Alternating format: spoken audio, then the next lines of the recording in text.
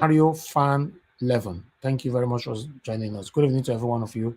Knowledge 77, I can see you as well. Good evening, my people. In case I not mention your name is not intentional, now waiting this my Google make me see now I mention, but maybe if you comment twice, I might see your name at that time. Pious Ashibere, I see you right there. Sambisa, I see you. Good evening, my good people. Mufi Ray, good evening to you. Thanks very much, my people. Now God will bless every one of you. Thank you. Please help us to share. As you all can see right there, we have an important guest. Okay, this guest, some of you might not know him. Okay, I'm going to tell you a bit about him. Okay, don't worry.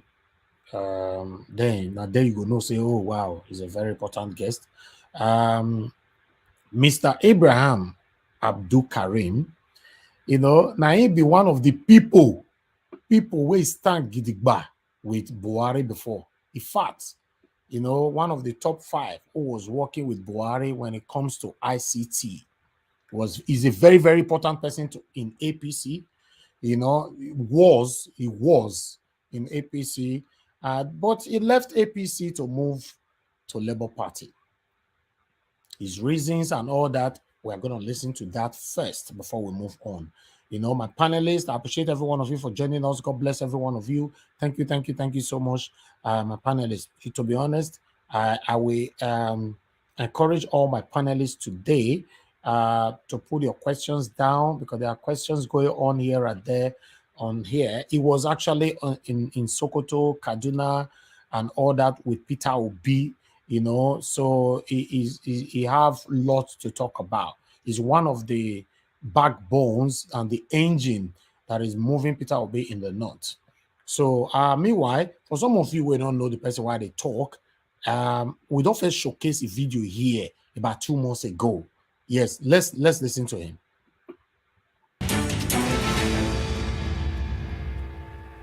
Now, whatever you say about the Labour Party's presidential candidate, Peter Obi, one thing you can't deny or take away from him is the powerful passion and compelling zeal of his supporters. Such is their intensity and dedication that they seem to trump any of the inequities of the Peter Obi movement and whatever advantages the other 3 front-runner parties might have. When asked about this, his supporters say that in the same way that George Floyd became a symbol of the Black Lives Matter movement and Mahsa Amini has become a symbol of the fight against the oppression of women in Iran, so has Peter Obi become an ideological symbol of the fight for justice and equity in Nigeria, a fight that's being led by the youth who want to see a new generation of honest, committed leaders.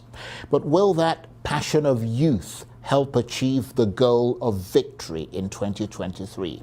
Can the youth vote, as well as those from the other supporting demographics, be powerful enough to kill off the old-style political dragons? Well, my next guest certainly believes so. In 2015, Ibrahim Abdulkarim, an ICT strategist from Okay. Before we move on that, I want to address Ahmed Bright. Ahmed Bright, yesterday you tried joining us a couple of times. You could not. I believe it's your browser. Okay, because message reached out to me yesterday after the show, and I actually listened to your voice that you tried everything possible to join the show, but you could not. Okay, is your browser? Please download Google Chrome on your phone. Then this link will work. But the browser you are using right now to go to Google and all that, at the moment on your phone, is what is hindering you from joining here. So download Google Chrome on your phone. Ask somebody to do this for you. You still have time to join us. Then you can be able to turn on your mic. But at the moment you're on the backstage, we cannot add you because you cannot, you could not turn on your mic. Thank you very much. All right, my people, I can see more people right there on the comment section just joining us right now. I can see my dear sister, Achai, no faith, thanks for joining us. Good evening to you, BTV Naija. I can see you right there. Rosalind Omori, I can see you.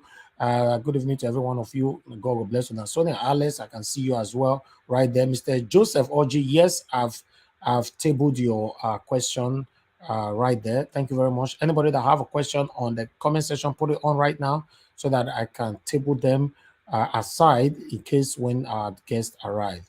Okay. Please help us to share this broadcast. God bless every one of you. So let's listen to the guest that we are expecting today. That's why we are playing this. So listen to this. Well, my next guest certainly believes so. In 2015, Ibrahim Abdulkarim, an ICT strategist from Sokoto State, was a fervent supporter of Muhammadu Buhari, spearheading various crowdfunding projects for Mr. Buhari and the APC and helping to raise millions of naira for their campaign.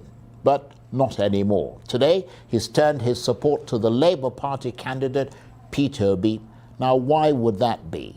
Well, to find out, I'm joined now in the studio by Mr. Ibrahim Abdulkarim himself. Thank you very much indeed for coming in. Thank you, Mr. Charles, and thank you for having me. First of all, tell us about the kind of support you gave President Buhari and the APC in the lead up to the election in 2015. I understand you helped them raise a lot of crowdfunding money. I think it started even in 2003. I think that's the first time I have seen Buhari on the ballot paper. And by 2007, I believe that one of the things that happened to him, why he missed that 2020 election, is that he allowed people to define him. So I went to the then TBO, they called them the Buhari organization. I met Hajia Abu Ali, Aisha, I think he's still in APC. And then I found myself to design the first website for him. So we designed the first website, Buhari for Change, which he launched in 2007, just for us to showcase and stuff, so that if somebody say this is who you are, you have a way, because that's, I think, the norms in the world. So actually you have your own website where somebody can come and see actually who you are. So I think it started in 2007, and then in 2011 it happened that I joined the ICT group, and also I move around with him to 29 states. And I have seen all the crowd, and I see the difference between the protest campaign and the normal campaign that the professor is talking about. And then we try to now create a system between that time and 20. But at that moment, he has already said he's not going to campaign again. But in my own thinking, I said, at the North, we're supposed to have something that can bring a block vote for us. So we started a program. I think we try to see how we are going to organize our mosques, and organize our churches, and organize our marketplaces, organize our schools and students, and anywhere there is learning places. So we went around to talk to a lot of ulamas and say that we can take advantage of the mosques we have. For example, in my area, in Kawe, in Kaduna, 50 to 40, for example, they feel like this is our last chance. If we couldn't get this thing right, we can control the next generation under us, while these old people are not going to be around where we can cater for them. And all right. Thank you very much, my people. I'm going to stop it right there. I wanted you guys to listen to him when they went to Arise TV. The last statement got me, because this is our last chance. I like that. He moved out of APC. You know, he's been there since 2003. You know, he moved out of there to support Peter Obi, and ever since he's been very, very active. So he's going to be joining us tonight. So before that, we're going to take on our normal activity for today. We can continue talking and all that. But like I said before, when he's ready to join us, whoever that is last on the screen will be removed temporarily. All right? Except for any reason somebody lose their sports. You know, somebody lose their sport due to their internet and all that, you can quickly take that sport. I'm sorry. You know, but we have to pave way for him to come in. I want to thank every one of you right there that is on the comment section. At the moment now, we already have more than 500 comments. You know, I guess I've not checked. Let me see. Okay, we have more than 250 comments already, so I cannot mention all names. But meanwhile, I appreciate every one of you right there. Thank you for joining us. God bless every one of you. Continue to share, because our voices needs to go far. You see, you heard him when he talk and say, this is our last chance. Why me? I normally say this could be our last chance. He not use could. He said this is our last chance. You see, there's difference between mine. For me, I'm still a bit skeptical. He just talk and direct. So now our last chance be this. If we miss this opportunity, make we all rest. Right? Please, my people, share this broadcast. Help us share. You know, let our visitors see that we have a lot of visibility here as well. We cannot have loss of visibility on a normal day. Today that we have a guest, then our visibility is minimal. That means the sharing is not encouraging. Click on the share. At the moment now we have 29 shares. Is not good enough at all. To be honest, I'm not trying to command you. I'm just begging, let's help ourselves. Click on that share and let others know what we are doing here. Verbal background. We know his name. We know where he says he's gone to school, where he has been. In my own case, I've said it. My name is Mr. Peter Obi. I went to Christ the King College, Onitsha. I was in University of Nigeria and Nsukka. For trainings, I've been to several other institutions of the world, some of which I'm an alumnus, like Oxford, Cambridge, Kellogg, IMD, Lagos Business School. Some I wasn't an alumnus, but I passed through there, like London School of Economics, Harvard, Columbia, Edo. So I've passed through there. And you can go and verify by this. I'm a trader. I've lived in the UK. I was doing a business. All right, thank you. Let's see if our guest can hear us right now. The audio. Mr. Ibrahim, can you hear me? Please unmute yourself. Let's see if you can hear us or if we can hear you either. You are currently muted now. Okay. We are having I believe he's having some technical issue right there. Let's be patient, my people. Let's be patient. But before we have him back, I would like to hand over to Lefties, the video that we showcased before. Let's start talking about it. Although he's still here with us, but let him sort out the audio. Thank you very much, my people, for your patience with us. Lefties, over back to you. Yes, good evening, our beautiful audience, and it's been another good day, Friday. Yes, we all know why we're always here. We're always here to talk about issues that actually is affecting us as a people, Nigerians, unquote, for now, because we just have the election by our corners here, very less than 25 days, and it is good we put in more effort now because we need to rescue the country. A new Nigeria is very, very possible. And because of you and what you have been doing, and because of we and what we have been doing, this has put fear into the mind of the regular politicians. They now know that it is not business as usual. According to Aisha, this is now business unusual. That led us to the video the clip we just played from Arise. You see them, they are confused. They are now fighting themselves. Presidency, governor, APC. They are now within themselves having problems because it is not just like what they think. It's becoming hotter for them to handle. It is clearer that, in fact, it is not what they expected. Now, look at Lai Mohammed coming out to tell people that the president is ready, is very ready to deliver credible election come February 25th. And now, El-Rufai is coming to say that somebody like me, that is not in the villa, is the one plotting against APC. You can see confusion, and they are both APC. El-Rufai is APC, and the villa is APC. People working in the villa is APC. Presidency is APC. Vice president is APC. Who is now the person? Who are now the ghosts working in the villa? That is not APC. That is not federal government, according to him. That is not pointing at the federal government, but they are certain individuals. Who are the individual in the villa that could have such power to go against their own persons? And is afraid to mention name. I tell you, I'm just going to be brief because we have our guest here.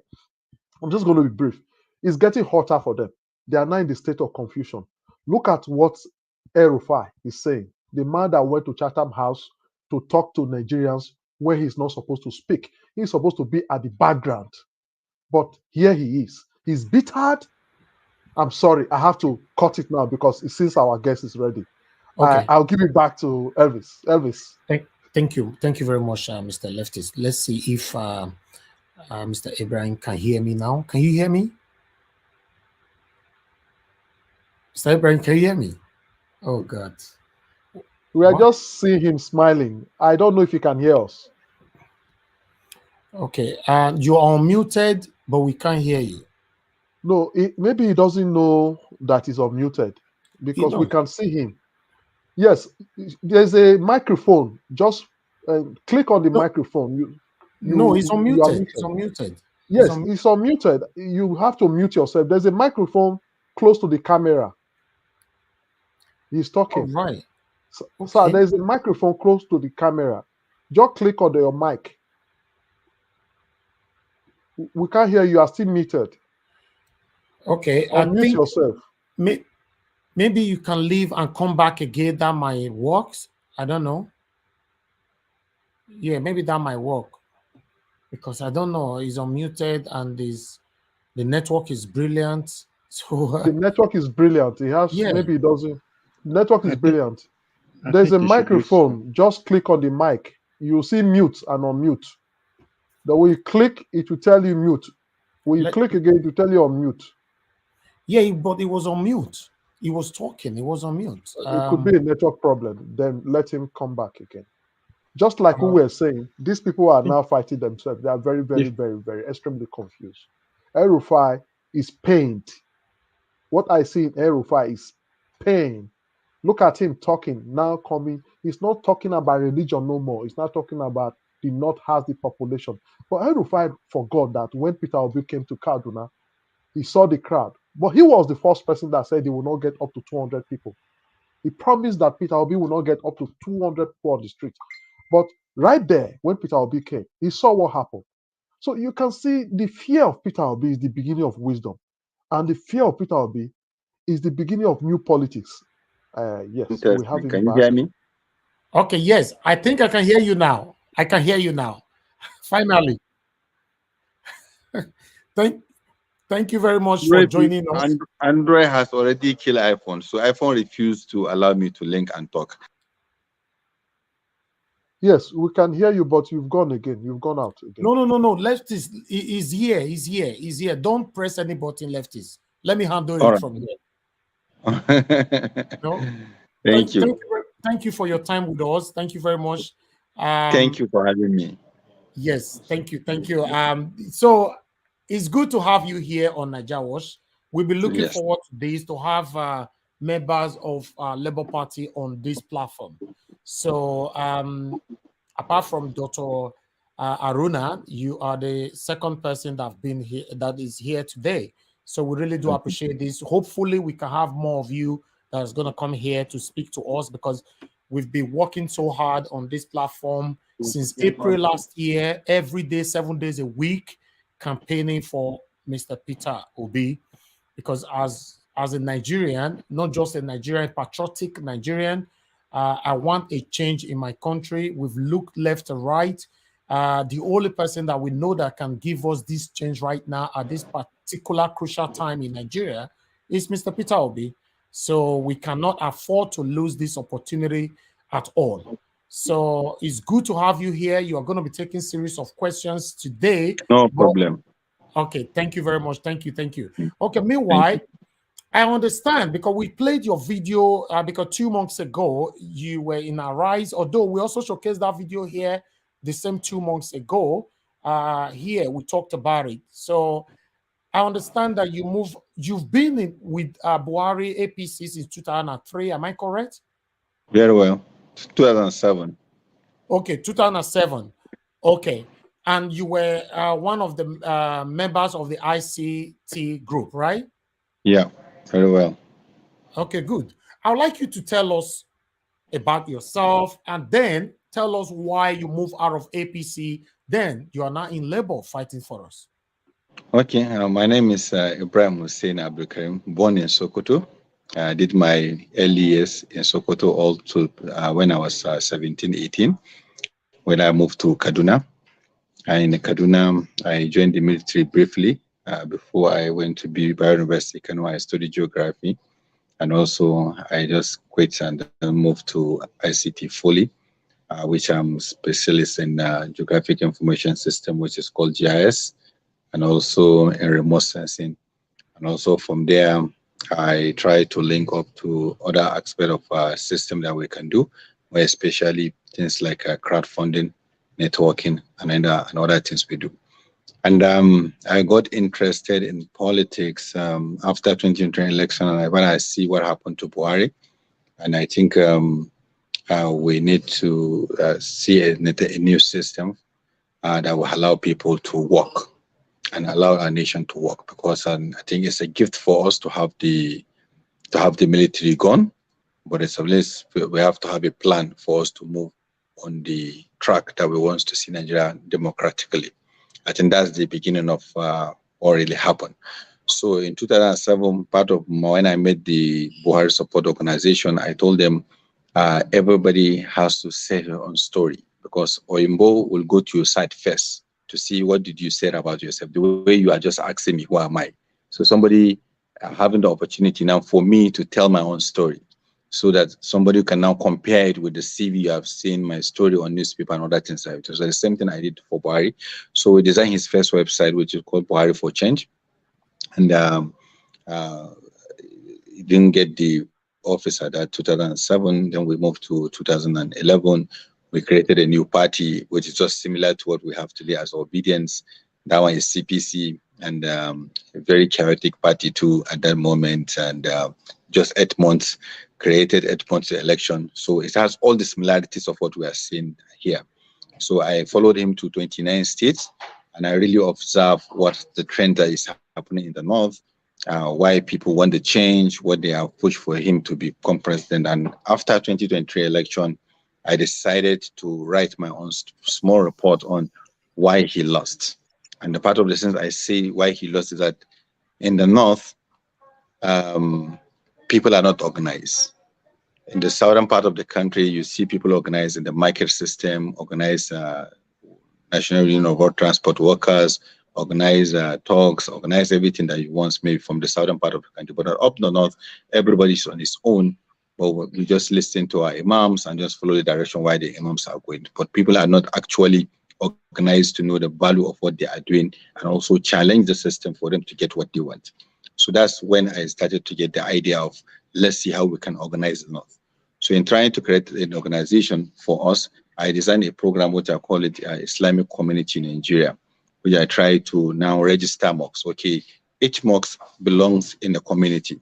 So you can have the smaller mosques and the bigger mosques that is called the Juma mosques. Then they have small Islamia, where we used to do, where we teach Islamic teachings, where what created the Boko Haram is similar to that. So you have your place where you teach people the doctrines of Islam. So what I did is that I said, let me see if I can do a spatial distribution to do the mapping and see what are the different sects, how do they impact the society, and what are they telling their own followers, and what type of followers are very aggressive, what type of followers are cosmopolitan and people that are very tolerant, so that we can now understand what are the feelings. And then we connected the political reasoning and thinking of people. How did now this ideology now move and shift away to how these people now don't get and saying that it's only Buhari that can save this country, and we now relate the two. So I met Erufai that time, the Erufai you are talking about. I met him that time, and because I see him one of the people that have intellect among them, and I said, if Buhari will contest 100 times, Buhari is going to lose 100 times, unless you create a structure for the Northerners to know what they want to achieve with this democracy you are bringing to them. Because if there is energy, there is no guide, then everybody will going to suffer from that energy. That's what is happening now. So they understood exactly what I want us to do, and then we started the program. So I registered 9,318 mosques in 34 states for a faith-based organization called Jibwis. And I created a radio station for them and created a TV station for them, which is now on DSTV. It's called Manara TV. So, and we have Manara Radio.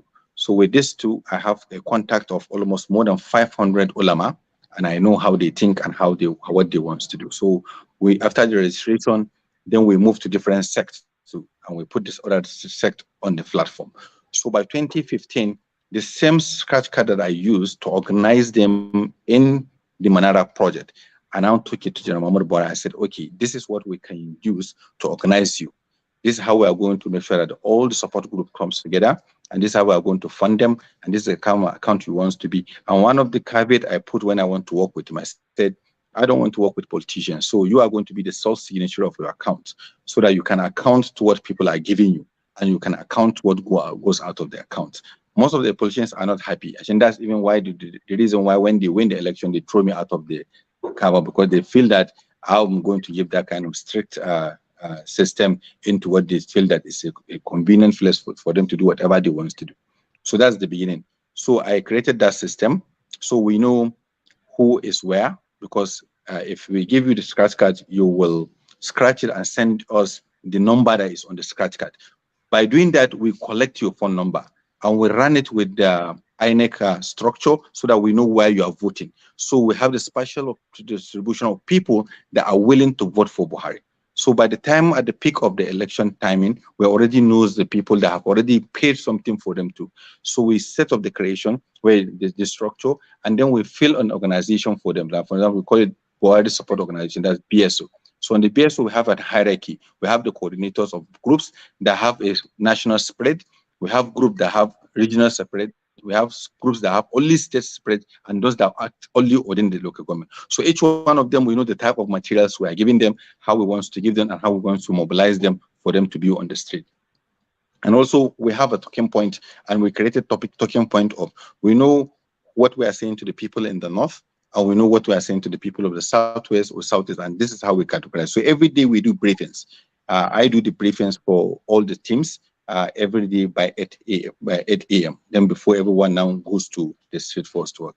So when the party comes to join us, we advise Buhari not for us to go into the party. It's allow us to work as independent campaign council for him, so that we will not be neutralized with the activity and also the foul play of the party. So that's how we want. So we create our own people that are going to protect the votes, how we are going to pay them, what we need to be done for them, and we keep it by the side. When the party is having their own structure, what they want to do, and they want to, and we move into the election and successfully. And also we have a situation room where we move it. We have a dummy in Abuja, then we move it to Kaduna. Then we stream the results coming into his television in Daura, so that at least he can see how we are winning. So before Nigerians even know, we have already tabulated all the results. We know what we are going to happen and things that happen. I just want to make it in brief so that at least I won't waste more for your time. So this is the activities I have done. So after all this, what I have done to them, some few people feel threatened with the young people. So the old guards came on board and now make sure that they put up only people that they know, people that can control. So the appointment mode is about loyalty, people that are loyal to them, not people that are loyal to the country. So I think that's why some of us are left unfit. And then for them to stay 6 months, I even traveled that time to China. Before I came back to China around December, I realized that he made his appointment around November. So I found it very not too comfortable for us. And the kind of people I have seen, I told people right from that time, I said, because I work with social person, I said the whole of this cabinet is going to work, because this is how they think, this is how they act, this is how they work. They're supposed to allow good people that have brains to come in, no matter what. For example, me as a person today, but for example, Peter Obi wins tomorrow, if there is people that are far better than us, we're supposed to allow them to move the country forward for us. Exactly. It's not about we are there, we are the one that do the job. No, it's not about us that do the job. The job we have done is for Nigeria. It's not for Peter Obi. It's not for us. It's just for us to get people that we can roll us. But you can't pay people with appointment to make money. You can say because Amechi fund you, then you give him Ministry of Transport to make money. It didn't add to what we want to solve. So that's what we get into where we are today. So this is just brief about what I think, and this is what makes me to feel. I feel I see system that is not going to work, and I push a lot of things for them to do. For example, one of the first thing I took on the first after the ministers are sworn in is called National Vehicle Information Management System. And I told them, I said, if you want to fight security, you have to fight mobility. That's why in the US and the UK, it's to be very dangerous for you to drive a car that is not licensed, or to go on a car you without license. If you do that, you are just being termed as a criminal. So any crime has a mobility, has to move from one place to another. So if you can capture the movement, then there is nothing somebody will do. You reduce the crime by 80%. But now some people just buy a car anyhow. I can go to you, me and you, we can just exchange money, and then I'll just take your car. I can change my car number, I can change my car color, I can do whatever I want to do. Yes. Anything you like. So I talked to them, and I did then I do a proof of concept. I get the stickers that will have RFID so that we can track every car with transponder in anywhere the car is. So I took that one, I do presentation to almost virtually everybody that's supposed to. Do you have a data to keep these records? Yes. Oh, good. Yes. We have everything. It's not that I did what is called, I did proof of concept. I went to Katsina, and in Katsina, we did this project for 4 years, collecting revenue and tracking vehicles for them. But for them to plug us into the system for us to work, they refused. One, because I said in one of my presentations that we want to know how many vehicles Nigerian police have. So we take these vehicles and give them out to a private company for maintenance, so that police will not be just destroying vehicles as anyway. So if he wants to do, we will time them and know what time they need to be spared, so that we can bring new ones. So because we understand the logic for them to be keeping these old cars that cannot even move forward. And that's when you call for 911 or you call for assistance, nobody takes you to where you want to go and protect you. Okay. So that's all right. Thank you very much. So this kind of thinking that I've seen in the people, that they are not after what will move of us, I say, let me just withdraw myself and let me put up a system which we call We Together. We decided to put up a program that will now recruit new people into the system. So we say we start and see if we can get one state as a governor, just get some people. So we went around.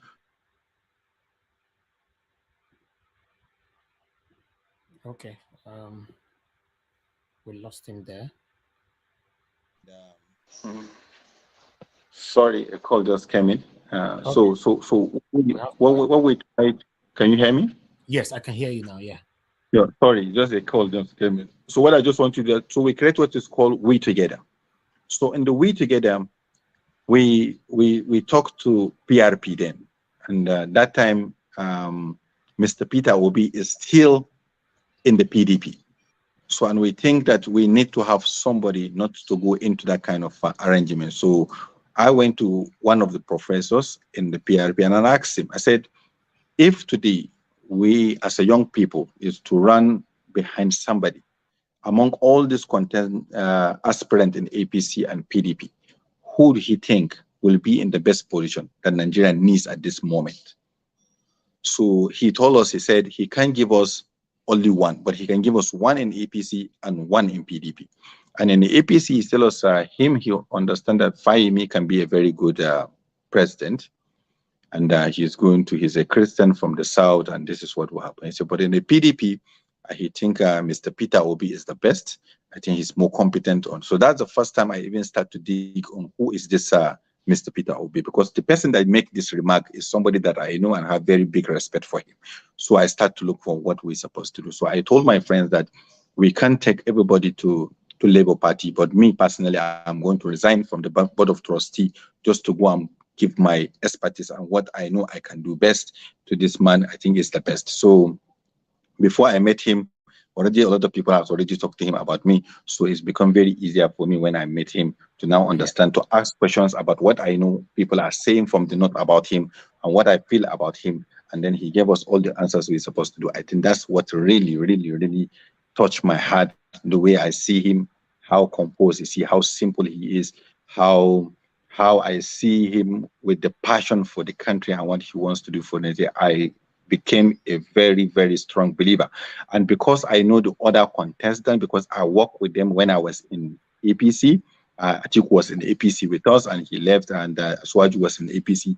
I know how people were to all of them. Some of them, they live as gods, and everybody bow to them, and then everybody take decisions from them, and that nobody even asks why when things are not happening, because they feel they are above any other person to ask them the question. So I said these are some of the most dangerous people you can allow to go, because if they go into a country where we don't have an institution and we don't have a structure, then these people will take us for a very, very long ride, and all of us will not be happy to have it. So that's my reason why I'm here in Labour Party, and that's my reason why I'm trying to give my best for me to see a new Nigeria of our dream.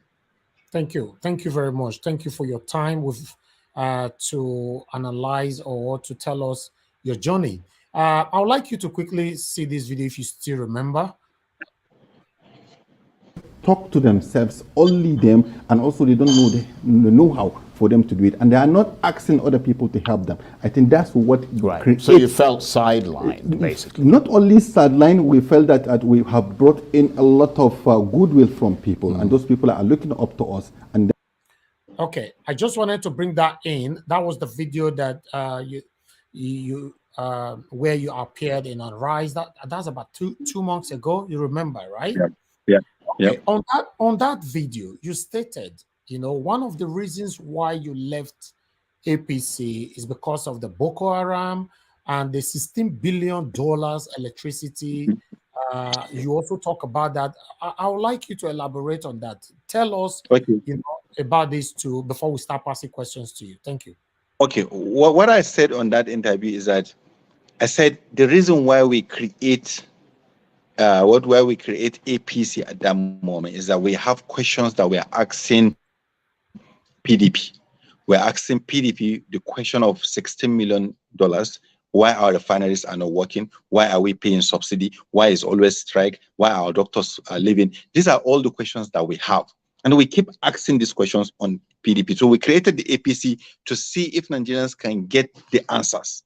So when PDP now, where APC now come on board, these 7 years, instead of them answer the questions, they now add more questions to us that we want to ask, because now we have the issue of because in 2016 somebody said that I think Azazi is an essay. He said the Boko Haram sponsors are in Jonathan's comment, and it became a news. So we wanted to see if somebody can tell us that story, what really happened in that government. But a lot of people from PDP find their way into APC and neutralize the thinking and the direction of where APC is. So at this junction, why we said as that we can't go back to what already caused us the problem.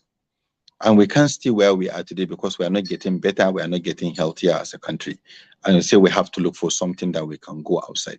A ticket that will give us that unity that we want, because we have to create citizens first before you create a nation. And today, as I talk to you, we don't have the citizens of Nigeria. Everybody is battling for his religion or his tribe. Unless we unite ourselves together, see the basic of what God has given to us as a nation, there is no way we can move forward. That's what I explained on the other side. All right, thank you so much. Before I will bring my panelists to the screen, let me quickly take on these two questions from my commenters. The first question for you today is what I just put right there on the screen, asking that if the Labour Party have resolved the problem that is currently in Sokoto and Bauchi states. Are you aware of that? I'm not aware of any problem in Sokoto, because I was throughout together with the gubernatorial candidate in Sokoto. And also I'm aware that there is no any problem after the time I left Sokoto. They are working in harmony. They are working together. What we just need is more presence in Sokoto and more talking, because in the north it's about radio talking. It's just like people like to be talked to. They just like somebody to talk to them, and also they like people that they know to talk to them, because they like people that want imams to talk to them. They want their traditional leaders to talk to them. What we just need in Sokoto is just conversation. But I don't think there is any problem with the governor. I'm not even aware of the Bauchi issue. I'm only aware of the Katsina issue, Kano issue, and also some part of the issues that I know in Zamfara. But any other state like Kaduna, Katsina, and others, they don't have, Kaduna and Kebbi, some of them don't have it. It's major problems among themselves. Thank you. Thank you very much. I have another one here then to my panelists. This one is saying, what will Labour Party do to reawaken the momentum as the election draws near? Yeah, we have some programs we want to do, which I will not say it here, but Yeah. actually we have a 7 days. We have a last 7 days program. We have last 14 days program, and the bottom line there, we are going to hit the street. It's going to be a protest campaign. We are going to do a lot of things, and we are going to do a program in 370 cities in that state, including Abuja, simultaneously in a day. And then we are going to do 774 local governments simultaneously in the day. With our Buvuzela, with our listing, we are going to work to the major towns, in 3 major towns in every state.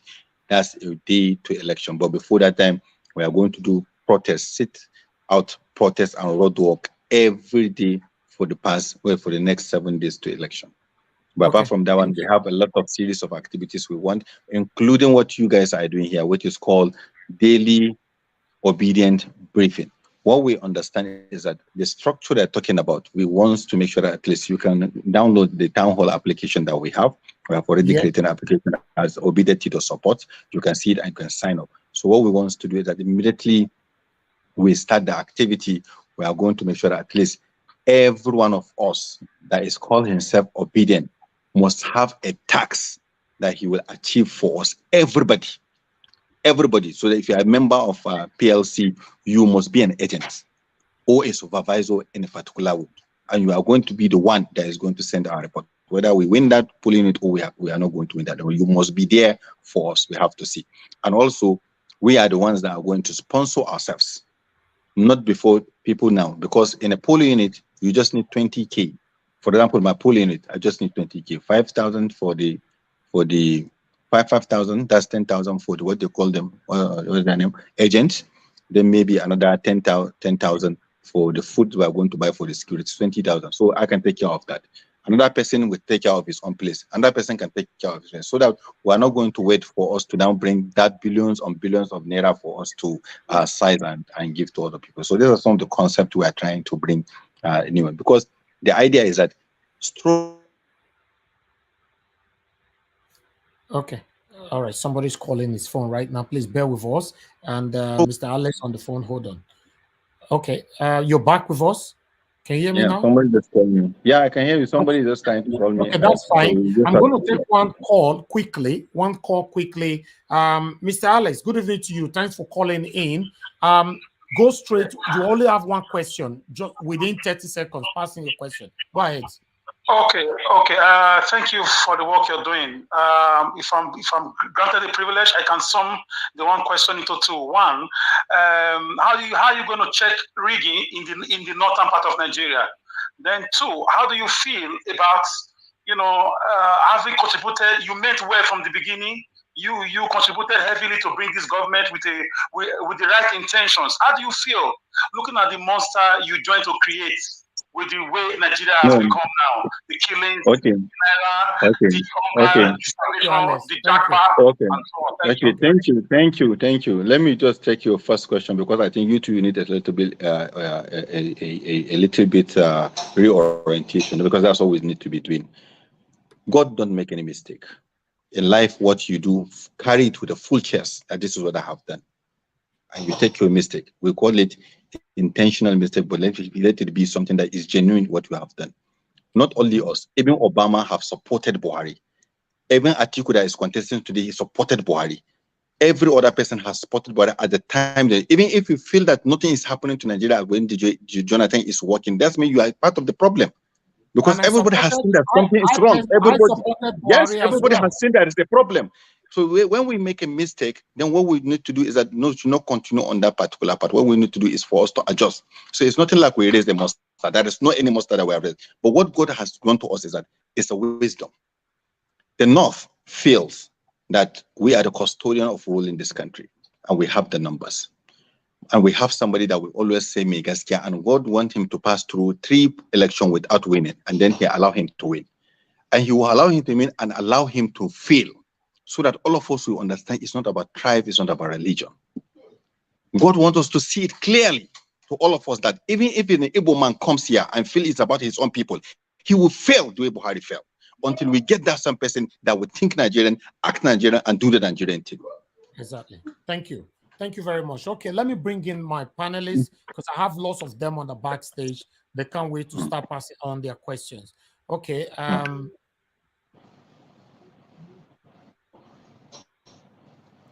All right.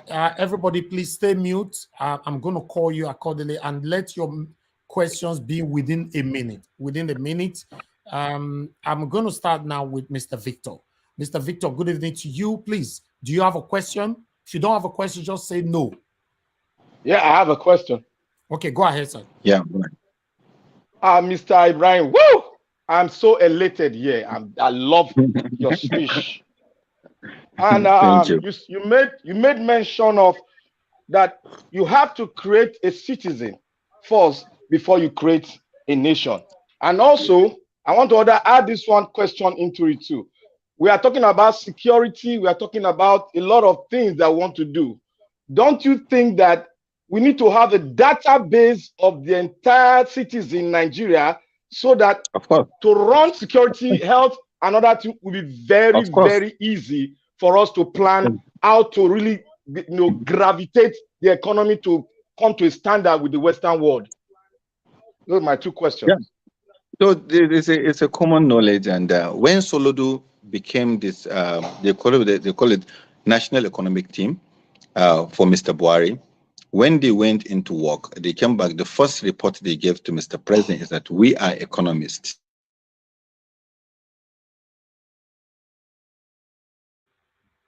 Okay, we'll have him back. We'll have him back.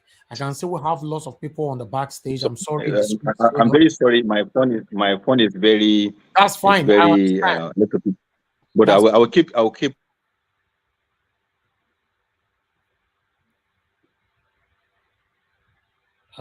He's in another meeting right now, joining us from another meeting. So please bear with us. So that calling. Just hear the jet calls. Okay. I'm very sorry. That's fine. Go ahead.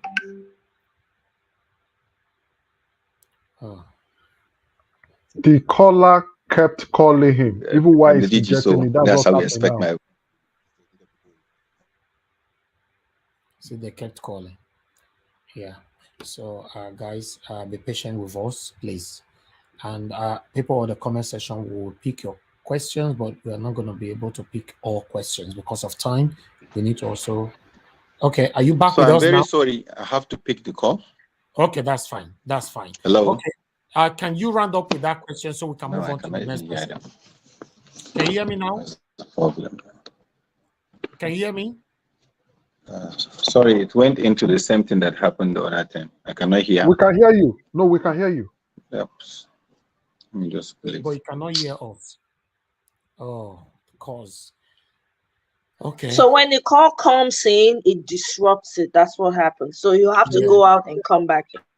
We'll have him back again. Please, nobody should call me in now. If you try to call me, I'll remove you temporarily until we are done with our guest. Appreciate every one of you. Please continue to share, please. Please, we have 79 shares. Thank you very much. But can we have more? And the likes as well is not encouraging. We have over 700 people watching us right now, and the like is 196. Please, can you hit on the like button? It's just right there, looking at you. Press it. You know, our voices needs to go far. Remember, we worked so hard for this to bring Labour Party member here, and then we have one here now. By the special grace of God, we are going to have more of them. So we need to do more. Share the broadcast, like as well, and also hit on the dollar sign as well. We need to drink some water. Thank you. Thank you very much. Okay, before we have him back, you know, I'm trying to remove whoever that is joining us. Please don't. Okay, we have him back now. Hopefully, he can hear us this time. Mr. Ibrahim, can you hear me? Oh, the same thing happened again. We can't hear you. Oh, no. We are going to start working on this. We can't hear you at all. Okay.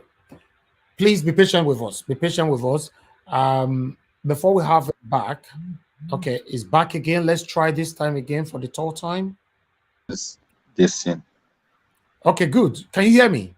Yeah, I can hear you now. Thank you. But just a first question with me. I just have to pick because the guy keep calling and the same number. Okay, that's fine. Yeah. Okay. The first question that was passed to you by my panelists, have you finish No, answering I it? can't remember. No, I can't even. Okay. Okay. Okay. Because has just entered and just caught my conversation. Okay. Let him reiterate again. Mr. Victor, please just pass your Yeah, question. Mr. Ibrahim, God bless you. I reiterated. Thank you. You said we have to create a citizen first Yes. before you create a nation. I want to expatiate on that.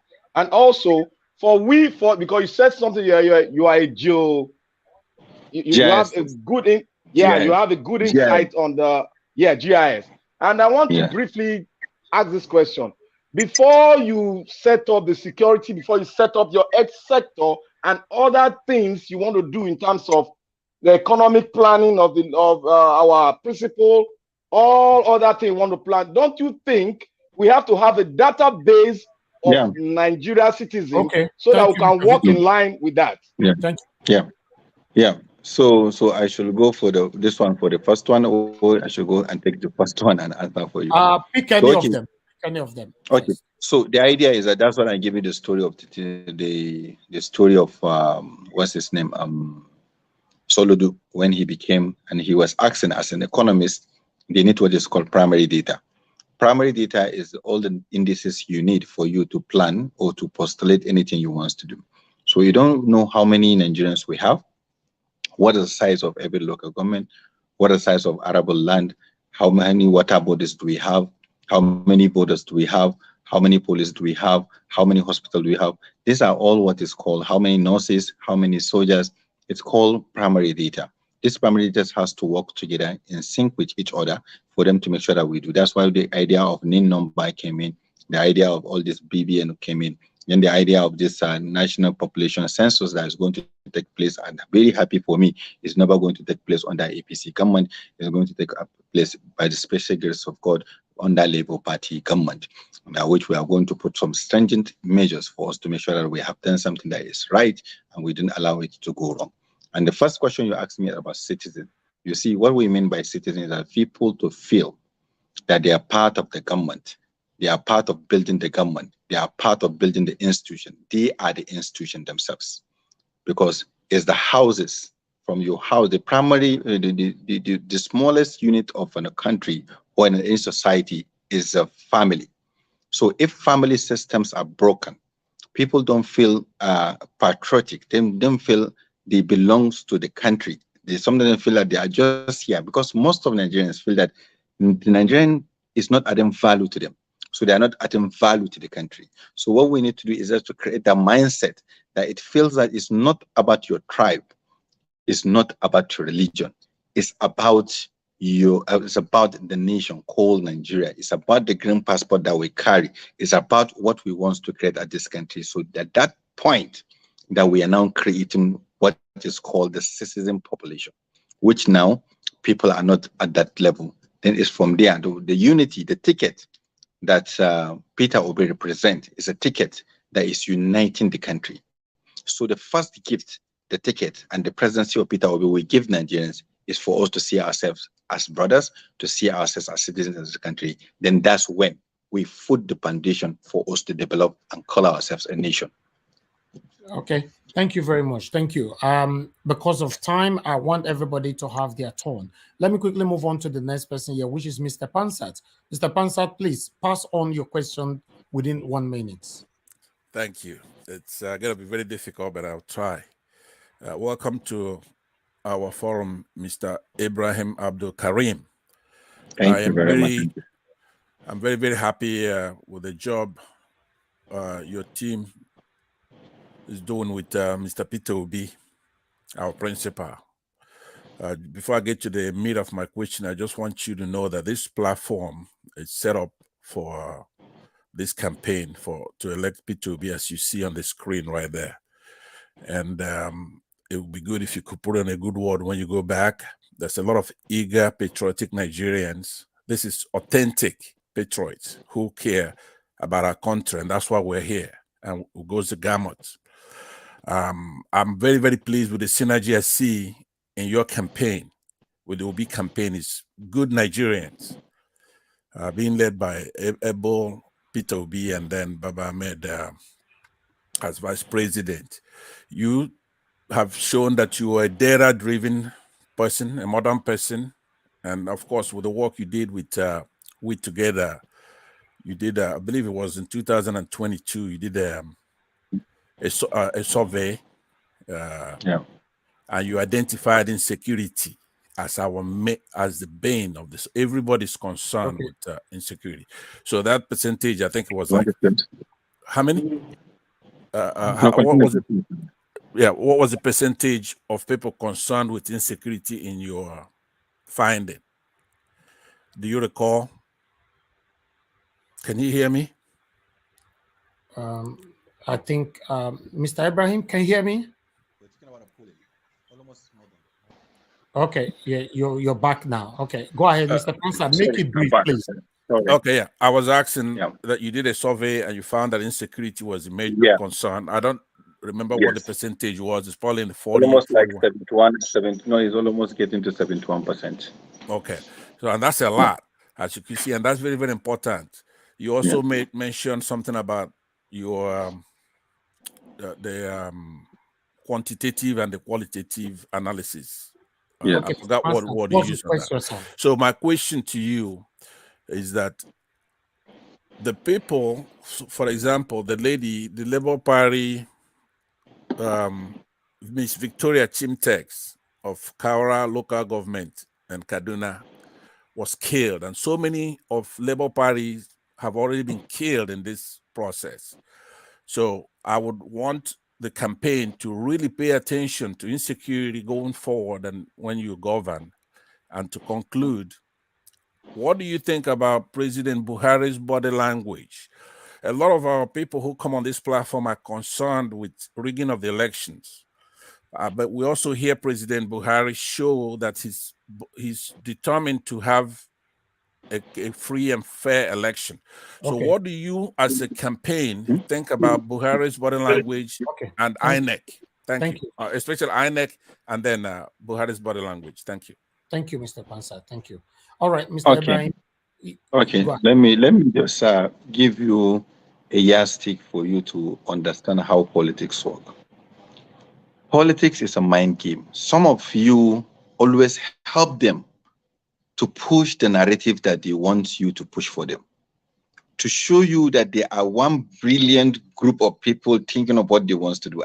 Actually, nonsense. They are not even thinking of even winning anything. What they just do is that they create a system and a scenario in our mind to feel that they are this brilliant. Virtually, they are not. I work with almost virtually all of them. If you are talking about rigging is take place by human. It's not even taking place by anything. And people have been collecting money to rig election. They have been collecting money, but we are now all of us in this mess together with them. Maybe if you have 100 billion, if you are in Nigeria, we're still going to ride in the hold up, and also you are going to ride in the potholes, and you are going to die maybe on the road, as anybody has been dying. And then you are going to be kidnapped, as anybody is being kidnapped. Maybe even if they kidnap you, are going to be more expensive than any other person. So Nigeria has already passed that one. Now we have the beavers.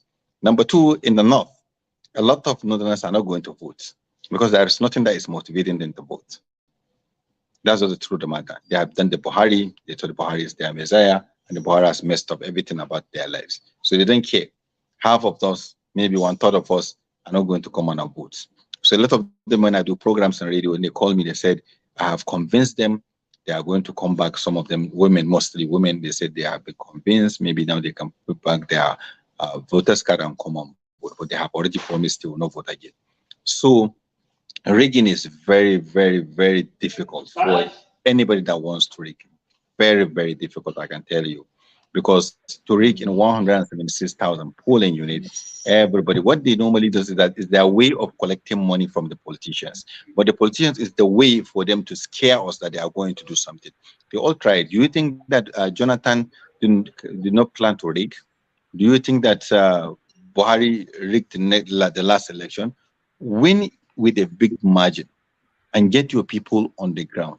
Make sure that every person in this obedient movement have a task to do. Whether you are in Nigeria, whether you are outside Nigeria, everybody has going to fire a shot with his PBC. and that shot must reach a target. That means it must be registered on the result sheet and it must be sent to the where we're supposed to. It's all about sensitization. Let me tell you, there is no policeman that would like to rig for anybody. He knows how his life has been. You know how many colleagues he has lost. So let me come back to the issue of the killings. If you're talking about the killings, there is no place that people has been killed. Like if you out of the whole people, or 9,000 something people that were killed in 2022, well, 2/3 of those people are from the northern part of the country. 2/3 of those people are Muslim. They're not even from the southern community we are talking about. More people are killed in Zamfara than the entire people that have been killed in the southern Kaduna. So it's not a Christian or Muslim issue. It's about Nigerians that have been killed.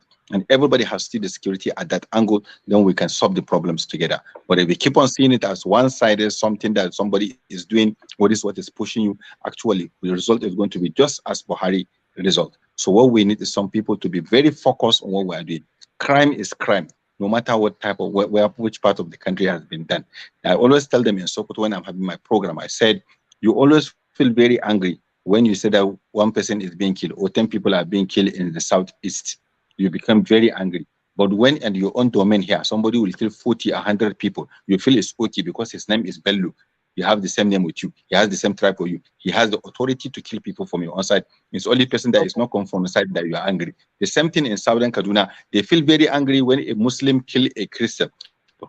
But when a Christian kill a Christian, you feel like they are killing themselves. So when they have the news that a non-government kill Igbo 70, 10, 5, everybody in the north is say, good, thank God for that. They are killing themselves. But when they kill one Hausa, everybody will start shouting, why is non-government killing the Hausas? This is just a psychological thing that we have to remove from our head to understand that somebody is fixing this thing ahead of us so that he can keep on supporting the mineral resources that is the country. Besides, at this moment we're talking about this, somebody has put a 4-kilometer pipeline attached to our own pipeline, taking almost 450,000 barrels per day. And yeah, we are here thinking of how we are going to do. These people, they cannot outrig us it's only when we allow them. Nigerians are very angry. Nigerians want a new life. They want a new system. So I think what we need to do is that we mobilize and we mobilize great. There is there is no any rigging that can change the what. Because I said, always tell people, this work we are doing is divine. Whether you believe in God or you don't believe in God. But the mistake we have seen them be made, we know that something is coming from God and Nigeria really wants to get a break. And God will lead us here to see that we have that break for us to create a new Nigeria. Because then Nigeria is not going to benefit us. It's going to benefit everyone in this world, not only people of Nigeria. Exactly. Thank you very much, Mr. Ibrahim, for answering that. I have somebody on the phone. Please, Mr. Shooks, mute your gadget over there. You have 30 seconds. Go directly to your question, sir. Yeah, good evening. My name is Chikso Biboze. Thank you, Mr. Ibrahim, for coming here to educate us and support us in the work. Yeah, my question is straightforward. I just want to know, because we have this, ways the politicians behave in the past. For example, I can give you an example of Tambuwa, collapsing his own structure for Atiku. Are we seeing that Kwankwaso collapsing his structure for Atiku at the dying minute? That's my question. Thank you for visiting us. Okay, thank you very much. No, I don't think we have that in 2023. Let me tell you what happened. Kwankwaso is one of the wisest politicians we can think of that we have. It's a collateral suicide for you to carry whatever you have and just jump it into somebody. You understand? Even if you put Tinubu, Atiku, and Kwankwaso all together, there is no way they can win over Peter Obi. So let your mind be settled on that one. There is nothing they can do about that. I like that. Let me tell you. So stop feeling that when he moves. What we just need Kwankwaso to do, if he's alive and that day and still campaigning himself, is to take at least 3 million votes for us from the north. That's just what it is. It's just minus 300 votes. If he didn't come, he's still going to be plus 300 votes. Our analysis that we have done earlier is that he will take 2.5 to 3 million votes. Tinubu is not going to get more than 5 million votes in the whole of the campaign, on the whole of the structure of the country. There's no calculation that we have done. He can get more than 5 million votes. And also, when we do the statistics and also do the analysis for Tambuwal, which is going, what's his name? Atiku is going to get like 7 million votes. So if you can do the mathematics, and Peter Obi is going to get 12 to 13 million votes, that's the vote that we have done the calculation based on the things that we have put when we are doing our polling. So if you, no matter how you do the permutation, even if you mix them together, it's going to be very difficult for them to put them together to win it. Because if APC and them, unless 3 of them put their head together, and still it's just going to be maybe on a tie of 14 million or 15 million with Mr. Peter Obi. So the truth of the matter is that we shouldn't concentrate our energy, because what the movement of that kind of thing will do is a psychological war. So politics about perception. So what we need to do is that, what can we do to manage the perception? How do we counter the narrative? And what are the things that we're supposed to put in place? That's why I said that we're supposed to have daily obedient briefing on things that happen, so that each one of us, the only thing we need on the whole of the movement is that we try to create a scenario that at least 1 million of us, out of the 12 to 13 million people that we think we're going to vote for us, get 1 million of us committed to what they want to do and their responsibility on that day. Because their energy can be extracted and given to other people that are around them, which will give us a very heavy conversation within the atmosphere of the politics on that particular day. So what we need to do is that the way you see RFI here today, and then other subsequent things that are going to come, and how they are going to go to the mocks and also claim some things about Peter Obi. These are some of the things that is a mind game that they want to play. So what we need from people that are outside there, and also the doctors and the professors that are listening to us, is that to help us with all this kind of thing. It's a mind issue, it's a mind game they want to play for us. So please, how can we make sure that at least, because hunger is already on the land, people are very angry. We are harvesting both for the Peter Obi movement. But what we are not harvesting is that, how will they feel if tomorrow somebody in the Imam wake up and said Peter Obi in this clip has abused the prophet? Because this time they are going to go emotional and push this into be emotional and see him in a church where he did the abuse. How is he going to maintain it? Because it's a Friday, a day to the election day. How are we going to manage that? So these are some things that I want us to understand. So, but with all these things that are in front of us, we should be very careful to know one thing that we have that is working for Nigerians, is that God's hands is being seen all over this activity that we are doing today. So what we need to do is that, apart from the praying we are doing, we just have to have some special people among us here that will know how to counter this perception that they are going to be pushing us from today. As you can see what they say, he's not winning. We call it what not, he can't win technique. So you tell other people not to waste their vote. It's better you vote PDP that is winning than for you to die in the hands of APC, which is a very good narrative. But you have to tell them it's a lie. This guy, Erufai, knows it's a lie. What he said is a lie. Peter Obi is the only candidate in Nigeria that is showing trace that he can win in 31 seats. He's the only one among them. But they will come and twist the conversation for us to make us feel rattled and also feel. So I think we work on the positive side and then let the technical guys among us deal with the negative part of it for us to solve the problem. Thank you. Thank you very much, Mr. Ibrahim. I have a caller here before I move on to the next panelist. Madarita, thanks for calling in. You have 30 seconds to pass in your question. Yes.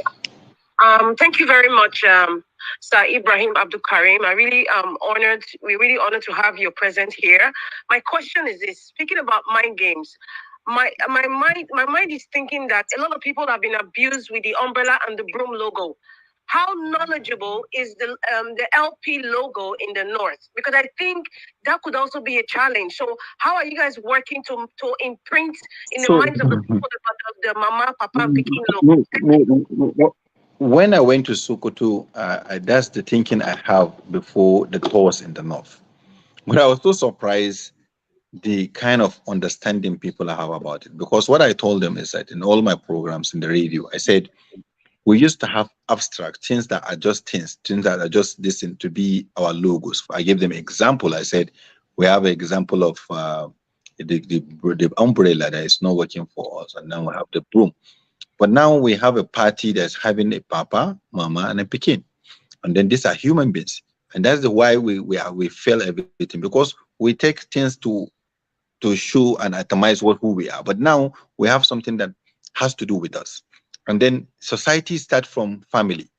And if this family starts with 1, 2, 3, even if you have 100 wives, that is the first day you start is you, your wife, and the first, whether a son or a daughter. That's the beginning.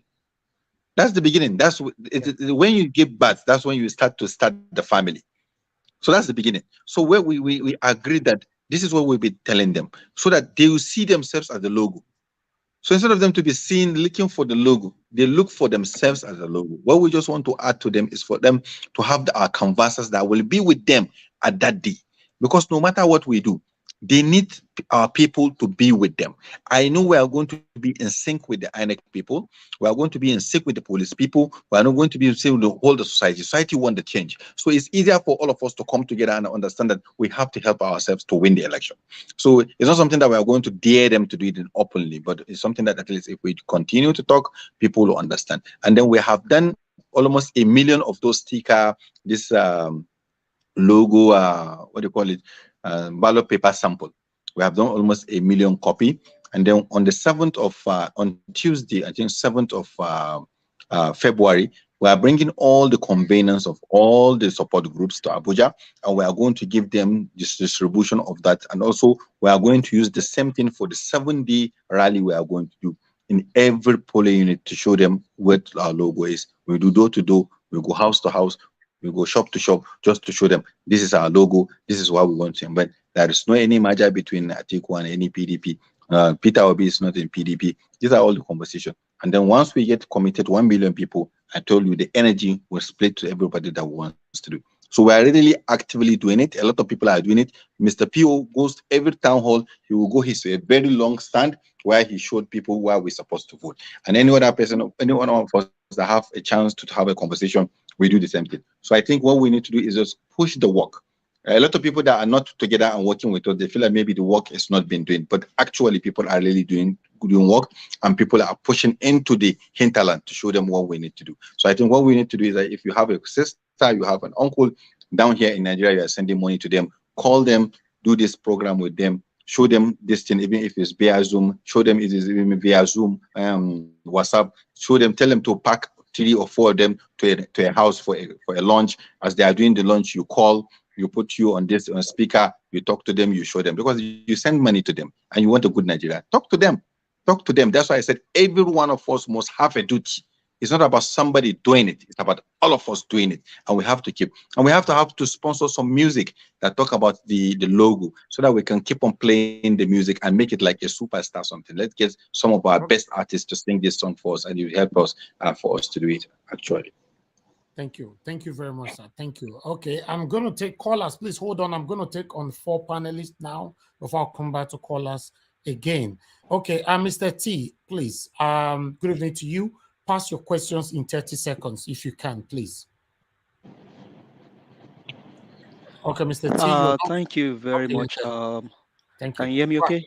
Yeah, I can hear you now. Go ahead. Thank you very much, Mr. Elvis, Mr. Lefties. Thank you, Mr. Ibrahim, for joining. Thank you for all of the struggles. Thank you for everything that you're doing for Nigeria.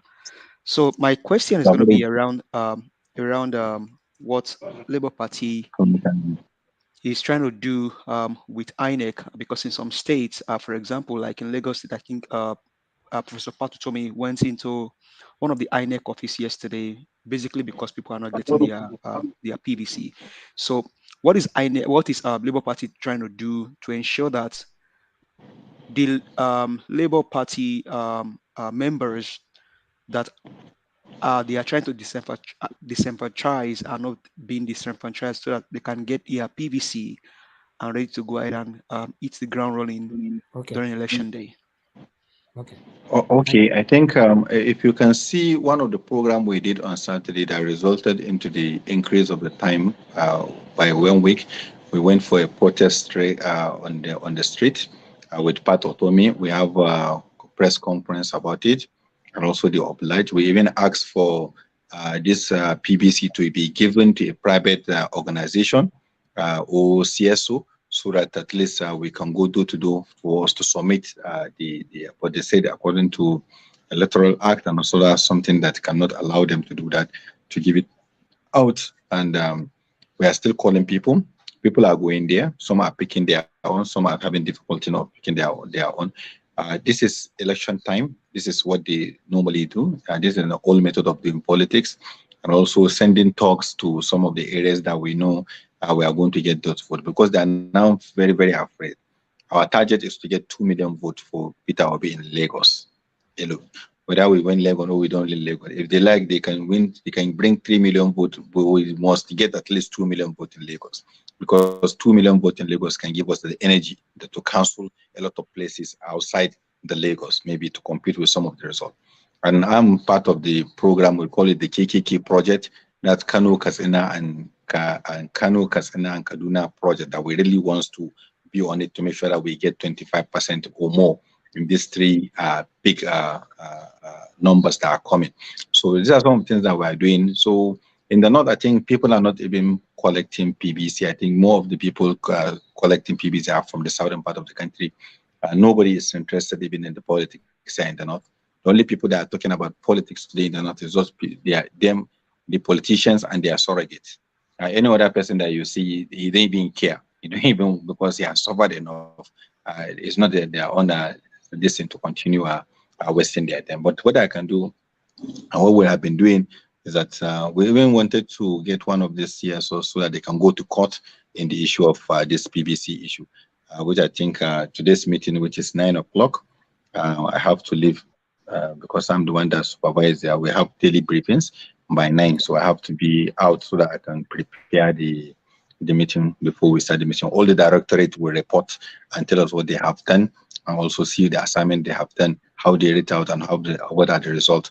This is going to be happening every day till election day, till even after election. So we'll be doing that. So for this, I think it's no more. You just have to call people to go, leave their churches and the mosques to help them to go and pick their PVC. Thank you. Thank you very much. Because of time, we'll quickly take them, because my panelists, they will eat me raw if they don't have the time to ask you a question. Okay, Omoye Skona, please. Good evening to you, madam. Talk to us quickly. Omoye Skona, are you there? Okay, if you are not there, we move on to the next person. P-Soft, thanks for joining us. Please pass your question in 30 seconds. Hi, thank you, Ibrahim. Thank you, the panelists. Thank you. My question to you is very straightforward.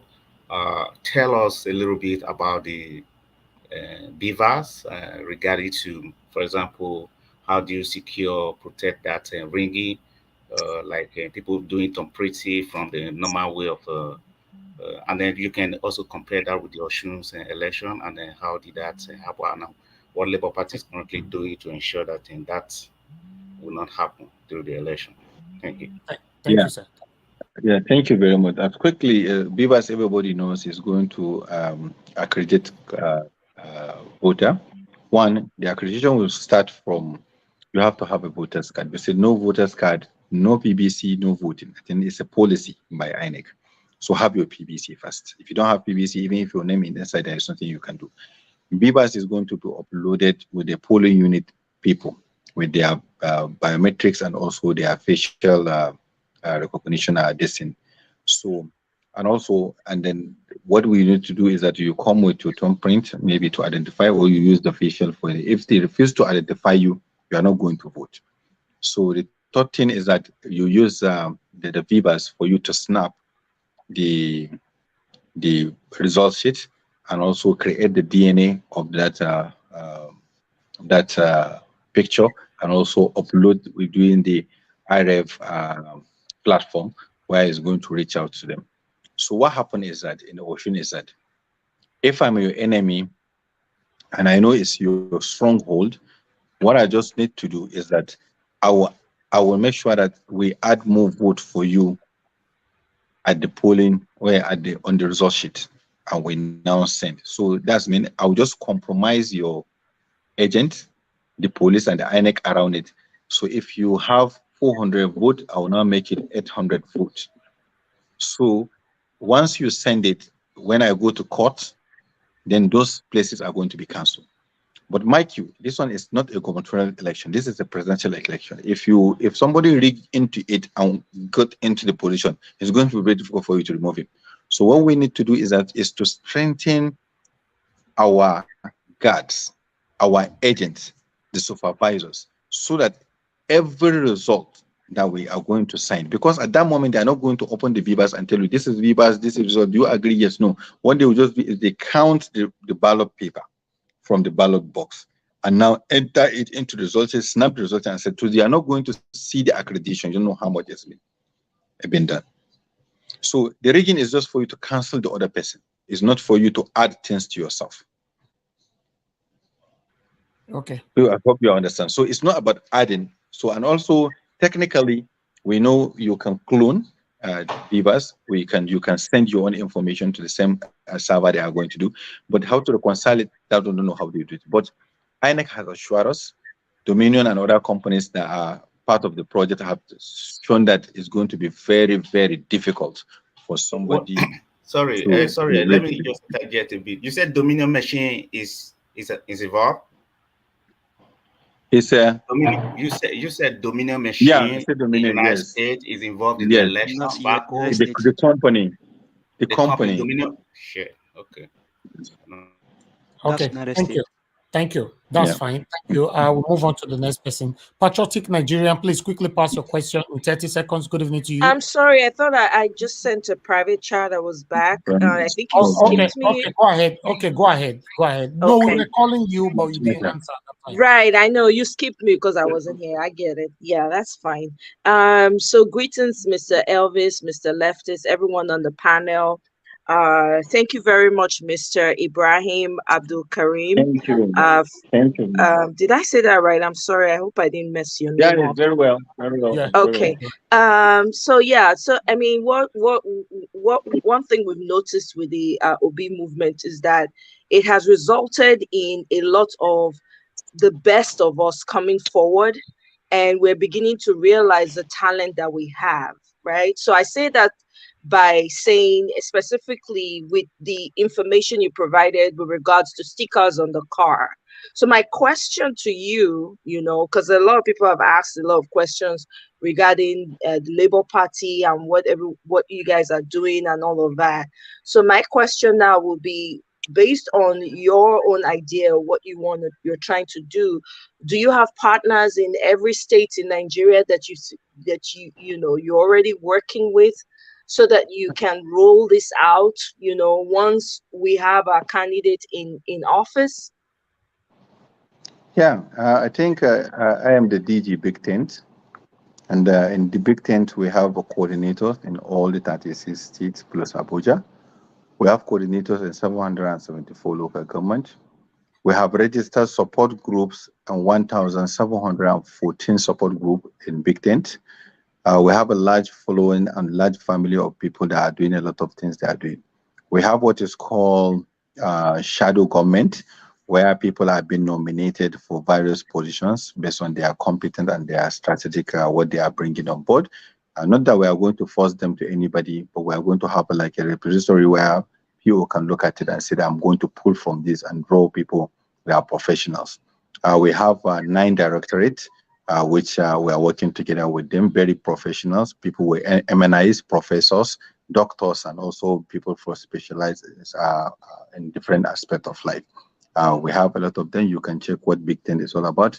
It's a conglomeration of civil societies, political parties, support groups, and any other thing you can think of. Is a seat that part of Fomi occupied. He wants us to be the presidential candidate for Labour Party, but when we see what Mr. Peter Obi is coming with, he stepped down for him. So it's actually the seat for the Big Tent, where we tried to create the third force that was given for Mr. P.O. for him to run his campaign on that platform. So we have all the professionals, we have all the thinking, we are collecting all the documents, and we want it to be something based on merit, not because of how much you have participated in the politics or how you support it. We feel that everybody is doing support for God and for the country. Okay, thank you very much. Thank you very much. Thank you. Thank you. Thank you. Okay, Patriotic Nigerian, please, can you pass on your question now? Yeah, all right. Thank you, Mr. Elvis, and the panelists, and also Mr. Ibrahim. Thank you very much for what you're doing. Straight to the question. Just yesterday, we had that there was a meeting of most of these regional elders forum, the PANDEF, the Middle Belt, and they reaffirmed their support for Mr. Peter Obi. But one group was conspicuously missing. That's the Northern Elders Forum, and we know how much power they wield in the Nigerian political space. And we also know that one of the very upfront person in the forum is actually a relative of the vice presidential candidate of the Labour Party. My question is this, and it's an extension of what Mr. Pansat asked before. What is the body language of the Northern Elders Forum with respect to our principal, your principal, Mr. Peter Obi, and how do you think that would affect the outcome of the elections? I think with due respect, they took on, I think they selected 2011, I think they went with Jonathan and they failed. So I'm very sorry to say, in 2019 too, they went with Atiku and they failed. So I'm very sorry to see people see us from the north like somebody channels something to. A lot of people have their own independent mind, very, very independent. Because if you are not paying for anything that I'm doing, there's no obligation for me to follow what you want your own thinking for us to do. Actually, that's not how the North work. Now, what the North work is that the emirs and the elite follow the trend of what people want, because they don't want to be an empty emir or an empty malam. You have to have people to govern. So when people are going in a direction, everybody follows that direction. But we have to excite the people to take a direction towards our principle.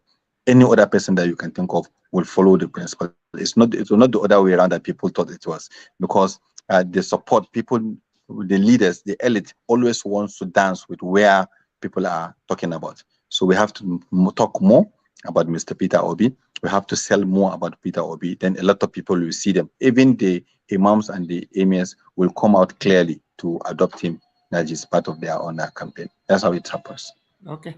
Thank you very much. That is all the questions from our panelists. My co-moderator here today, I would like to give him a minute as well to ask your question if you have any. Mr. Leftis, do you have any question to pass on? Well, precisely, I don't have much question because he has stated most of what I have, what I want to know, and what I think. I think he has said it all. He has just said it all. The only thing I want to still advise, I want to thank him for his good job, because your coming here today have opened a lot of minds. Because there are some people who also come to play this mind game to tell us in this area Peter Obi is not known, he cannot win.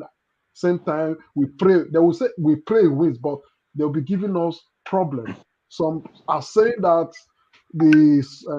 most of the beavers is going to be hacked. They always come here to distract us. Issues, sir. See, I've been having issues with some of these people by trying to make them understand that this is a mind game. You don't come to play mind game. When You see people, you see these people on the street. Peter Obi did not send them. The people want this change. Yes. Nigerians wants to take this power by themselves. The suffering is happening to everybody. The North is suffering more. The South is suffering. All part of the country is suffering. And right now, some people are still coming to tell us and give us Anyway, so I just want to say thank you, because I really don't have questions, because everything I have is what you just said. Thank you very much for coming, and for coming to encourage our listeners. Thank you very much.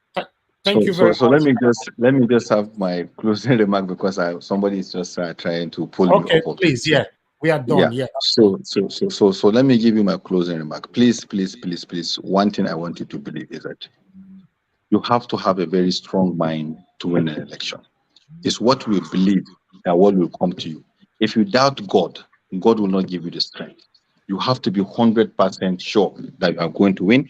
Then you will win. Thank you very much. I'm sorry. Thank you very much, Mr. Ibrahim. Thanks for your time. God bless you. God bless you. God bless you. I will come back anytime you want me. I'll come back for a special guest. Of course. I'll reach out to you. Thank you very much. Wow. That was wonderful. I'm sorry for some of you that were calling in and all that.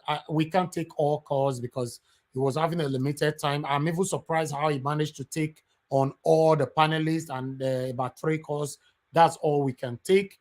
We apologize for that. I know some of Nagodo, the verse now say, or some of you might end up branding us that we selected the people. No, random calls we picked up, and all the panelists. Okay, we have Richard Osas here. Richard Osas, thanks for calling in. Good evening to you, sir. Talk to us. Hello. Turn down your gadget, sir. Hello. Hello. I don't turn it off. So okay. I wanted to ask a question. Okay, go ahead, sir. My question is that how is Peter Obi is going to work with this fraudulent constitution, this 1999 constitution, and succeed? Because all these Igbo, the Biafra agitator, I asked most of them question. I say, why are you people not supporting Peter Obi? No. The reason they are giving is that no matter how Peter Obi try to succeed with this fraudulent constitution, is not going to succeed. So okay, that, all right, that's fine. That's fine. Your question will be answered. Because I wanted to ask this question. Yes. How is he going to work with this constitution and succeed? Because I'm afraid. Okay. Because that constitution is a fraudulent constitution. Thank you, sir. God bless you. All right. We have Dr. Aruna Goro with us. This is wonderful. Thank you very much, sir, for joining us. First of all, we want to thank you for all you are doing for us on this platform. Thank you very much, sir. How are you doing today? Yeah, I'm doing great. Are you hearing me? Yes, we can hear you, sir. We can hear you. Thank you very much. I'm so happy, Ibrahim, because right now, first of all, they were in the east. Then he flew to Abuja. Then from Abuja to Lagos, and then Lagos to, when I was speaking with him, he was on his way to Abeokuta. Right now, he's in Abeokuta. They're preparing for tomorrow's rally. So every minute counts. I was surprised he was able to give this length of time to speak. Yeah. And so all I would say is that I'm very, very excited. I mean, this it brings home what I've been trying to let us see, that it's a done deal. It's a done deal. Yes. Yeah. The encouragement, to be honest, I'm even more confident right now. There was a question that was passed on just now. I would like you to answer that. That if Peter Obi, by the special grace of God, when our principal emerged, according to the caller, is a bit skeptical that the current constitution might be an hindrance for him to perform properly. Do you have anything to say about that, sir? Okay, I mean, you see that this idea of talking about constitution or what are the issues that Peter Obi will come and do, you can't change something when you're from the outside. You have to go in first. Obi is a strategist. Obi is a smart guy. And he's not going to just, you heard what Ibrahim said. Those of us that have made so much contribution, including yourself and everybody, you see, you can't actually put faces and names now because it's a movement that has no face. It's the movement of the people. So there are no highlighted people. So when Obi comes, he will work with competent people, experts, that will now, whatever has been the challenge that made Nigeria not to work right from the First Republic, that's where the foundation will, but you can't do that in an atmosphere of insecurity when the economy is completely down, and especially when there are agitations. These people are saying, we don't believe in Nigeria. And they may have, there are obvious reasons why, because they were marginalized. And now you're hearing people like us, we've been speaking, then now people like Ibrahim, and it took a long time for me to convince Aisha to join Obi directly and not just be waiting to be an activist or to criticize when he comes in.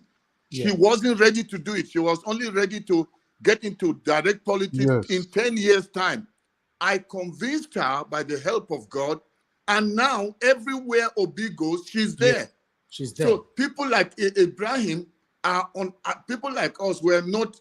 We are the background because I don't want to be up front because of my broadcast. So I have to just stay behind the scene, but connect with all of them, give them strategies. Like even these briefings they are doing, Ibrahim is going for now. I had to send messages to ask the principal, to ask some of them. I am not seeing daily briefing. You can't work. Everybody's just doing their thing, but there is no daily briefing. So that's how now they started doing every evening before, at the end of the day, there's briefing. So coming back to the question, let me tell you, whatever are our issues, whether we even call it agitations, we call it the census, or you call it the citizenship, and whatever, all those things, we can't talk when we haven't gotten our man in there. Let's get him there, then we can talk. And that's what we want to concentrate our energy in, getting people to go out and vote. And people should not be afraid, because if you're asking about body language, let me then answer that. We've never had Buhari say what he's saying now. Because people in Daura, in Kano, people are stoning. They are saying, we don't want him. We don't want him. We don't want, because of what they have suffered. More deaths in the north, poverty more in the north. Everything we have suffered more. So the people are so angry now. So because Buhari wants to be on the street after he's gone, he wants to be able to go anywhere and people will welcome him, because he can't run away from the nation. So he wants, at least, he's been advised, the last thing you can do for Nigerians to still remember you. Please, let's give them a chance that whosoever they choose, that should be their leader. Exactly. Different to what has been before. And if you've been hearing him, he's been consistently saying he wants Nigerians to choose the party of their choice and the candidate of their choice. Yes. And he also gave the reason for the Naira redesign. Part of what he said is that he doesn't want a situation where people, almost like saying, where people will come, there's money they've tapped, and they will use it to do what they've been doing, because he knows what they've been doing. So that's why now the crunch and the pain people are feeling, the inconvenience, is just like the last bad pain before the delivery. So, and the moment the elections are done and Peter comes in, everything will reverse. So I'm saying that people should not bother about whether it's what's going to happen. Things are going to change. So we should just work on getting Peter there. Let's not bother about will this happen, will that happen. The people want change, and the change is coming. It's coming. Yes. Thank you very much, Dr. Aruna Gori. I really do appreciate you, sir. You know, to be honest, you're a man of your word. You are one of our backbones on this platform. I really do appreciate you, sir. To be honest, I appreciate you. Okay. I don't know if anybody on the panel have any questions for Dr. Aruna, because he's not going to be here for long as well. Let me ask from the beginning, Mr. Victor Naija for B. Do you have any question you need to pass on? Good day, Mr. Naija Watch. God bless the panelists. God bless our doctor, Dr. Aruna Agoro. I am so elated. I am so happy. It's not a question, but I just want to say something. I'm excited because I'm a positive thinker of this movement. And I was so much excited because I've long been telling everybody here that they are playing a mind game. And this mind game, they tap it from the president's wife. These are the narrative they want to sell for other people, that they are for the people and not for APC. So I am so excited that the man that came, the brother that came, Mr. Ibrahim that came, he said one thing. I knew about that statement. I just want him to enlighten the people. He said, you have to create a citizen first before you create a nation.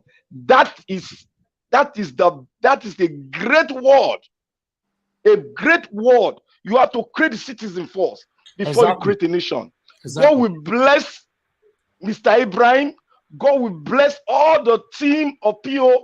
I am excited. I am so excited because my mind, my body is positive. Now they've crowned it off. I just want to thank God for everything that is happening. Thank you, Mr. Naija Watch. Thank you, Mr. Lefty, and thank you all the panel that have been speaking the word. We shall continue to speak the word until we get that touchlight that will take us to Asurok. We thank you all. Thank you. Thank you very much, my brother. I would like us to hear from Mr. Pansat. Mr. Pansat, sir, please talk to us. Thank you very much. I'm glad you didn't give me 30 seconds this time. Let me thank you, Dr. Haruna. It wasn't up to a month ago that you came here. You promised this platform that you were going to move mountains so we could start having some of the campaign staff to start coming in here to talk to us, because this platform are true lovers of our principle, and we're patriots. I want to do everything to make sure everything goes very well. But I would have to then digress to the distraction that we have now, which is Governor Rufai. I saw him the Nigerian broadcast where he's talking about his foundation being a quantity surveyor. Therefore, he chooses his words very carefully.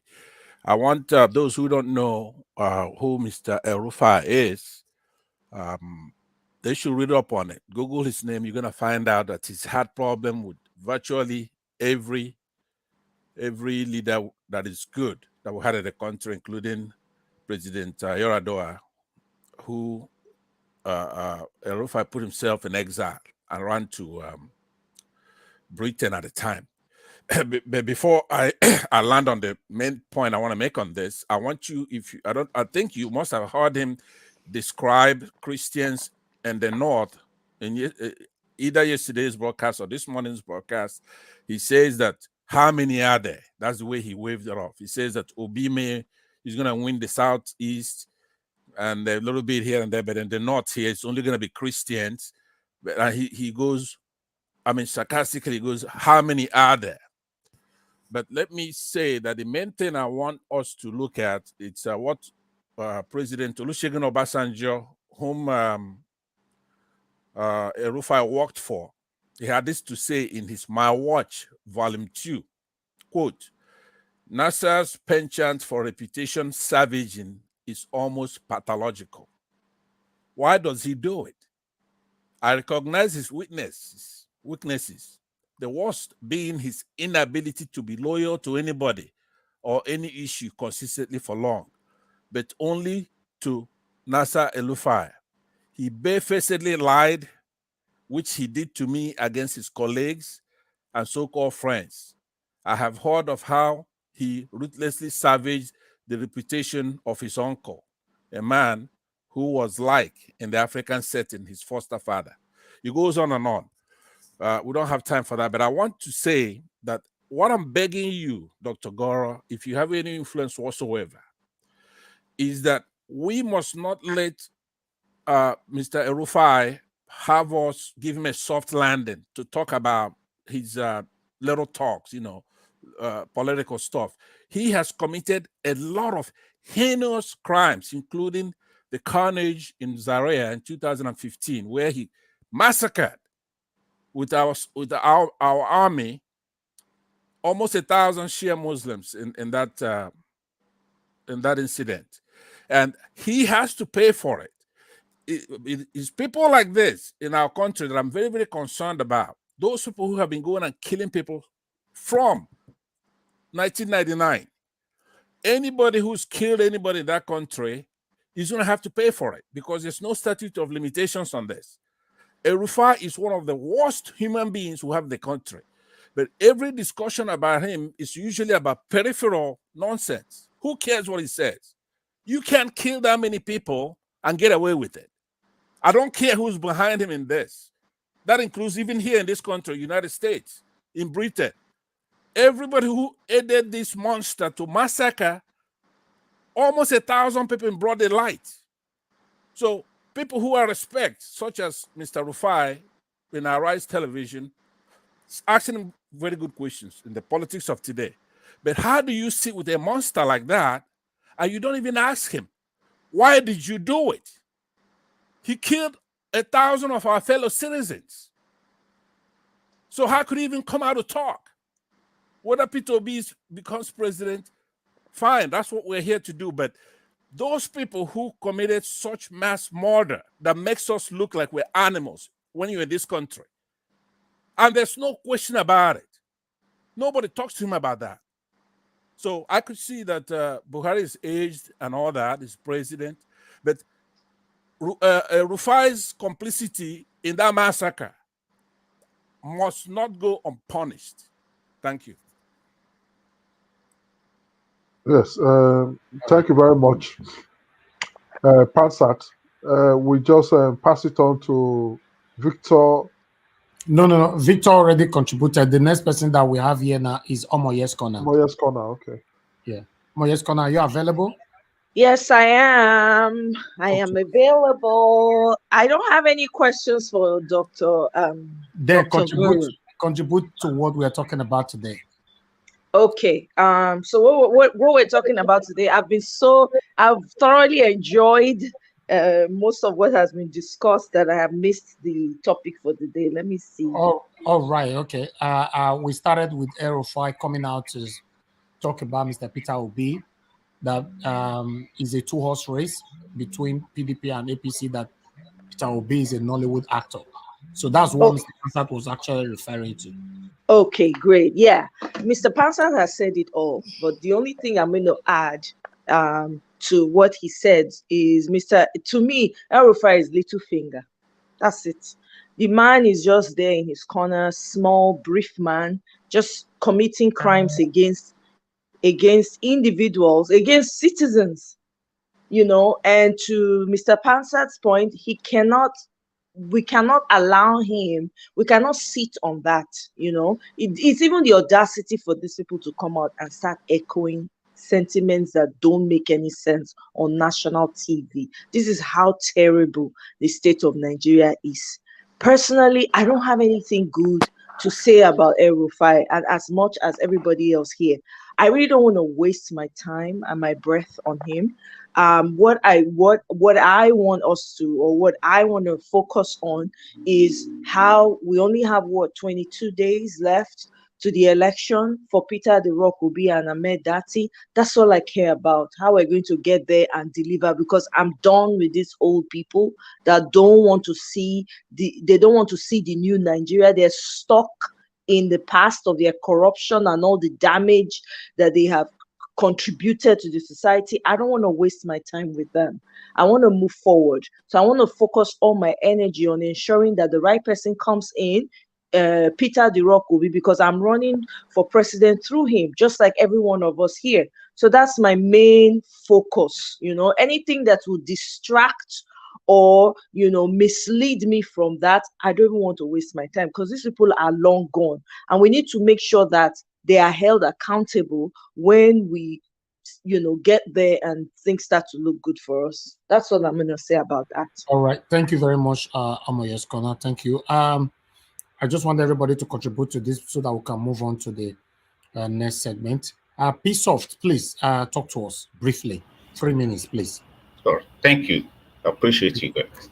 I just want to talk to Nigerians, those that are watching, and I hope that you have your PVC already. And if you've watched and you've listened to Ibrahim, he talked about where they would have loved to ring the election, which is these guys. Now, do not make it easier for them to ring the election. What do I mean by that? Which means if you go out there to vote, you have to make sure you stay, you watch. Then after voting, I'll stay, let them send the result. Ensure you saw the result they are sending. That's all I have to say. Just kind of watch the vote. After voting, Stay, watch it, and ensure your result is counted. God bless you. Appreciate you. All right. God bless you, sir. Thanks for making that swift.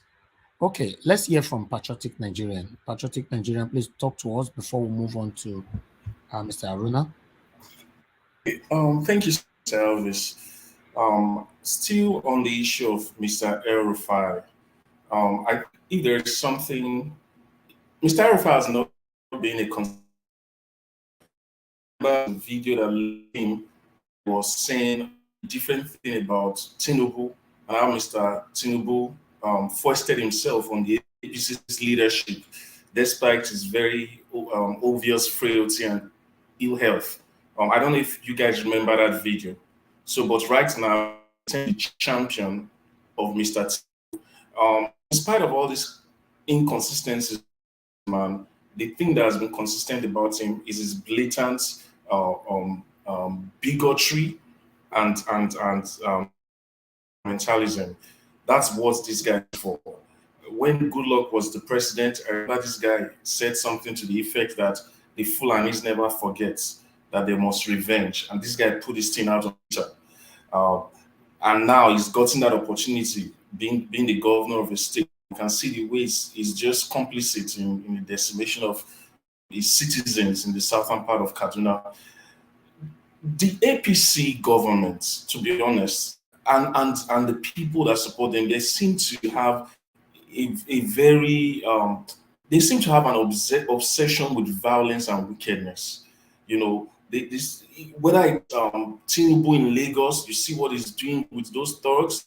And apart from just the violence, the fact that they are very divisive, it's either it's down from Kaduna or just the southern people in the northern part of Nigeria. I mean, the Christian people in the northern part of Nigeria. It does it very, just making it look like these guys, their votes, we will not ask too much if Peter Obi is looking at that. And then you go to Lagos and you see Tinubu, the way he plays down, he plays with ethnicity, goes to his kin folks, speaks his language, dog whistles to these people. And it's just their modus operandi. We can't just keep having this kind of people. They are not good they're not good for our identity as them. They are the representative of everything that is bad in Nigeria, whether it's bigotry, fundamentalism, tribalism, and retrogression. So please let's express this venom that we have been feeling as a people and make it count. That's just my contribution. All right. Thank you very much, Patriotic Nigerian. Thanks for your submission. Mr. Shuk Sibubweze, thanks for joining us. Please talk to us. Okay, I'm not sure if you're available. I'll move on to the next person. Madarita, please talk to us. Yeah, thank you very much, Sir Elvis. My apologies for not greeting everyone. I greet everyone in the house and those listening in the comment section. Dr. Harun Agaro, God bless you, sir. I really appreciate, people of your generation, helping us, encouraging us, and inspiring us. May God bless you, sir. May God bless your household, and may God bless the obedient movement. I also want to thank you, Sir Elvis, for bringing Mr. Ibrahim Abdulkarim. These are the kinds of Nigerians that we're talking about. These are the kinds of Nigerians that we need to see on the national news, on social media, national news outlets like Arise TV. We need to hear these people speak so that, the spirit of, this generation can rise up and say, yes, there's a lot of us out there who have a lot of things to offer Nigeria, no matter the ethnic group you belong to. Everybody is needed. Everybody is important. So I really, really want to thank Mr. Ibrahim Abdulkarim. And I believe that the works that we are doing will never be in vain. It shall not be in vain, because Nigeria is our main project and Nigeria must succeed. You know what? I think, in all the work that we are all doing, what Dr. Haruna is doing, Peter Dirokobi is doing, Amedati, everyone here, is like we just want to expunge obliterate the old brigade. That's just it. That's the only way for us to move forward. They need to be expunged completely. We need to pulverize them if possible. They just need to come out of the entire system. We start on a clean slate. And it's going to be a very tough work to do, but we are going to succeed. We are going to see the light at the end of the tunnel. We're in a dark tunnel, but we are focusing on the light, and we shall succeed.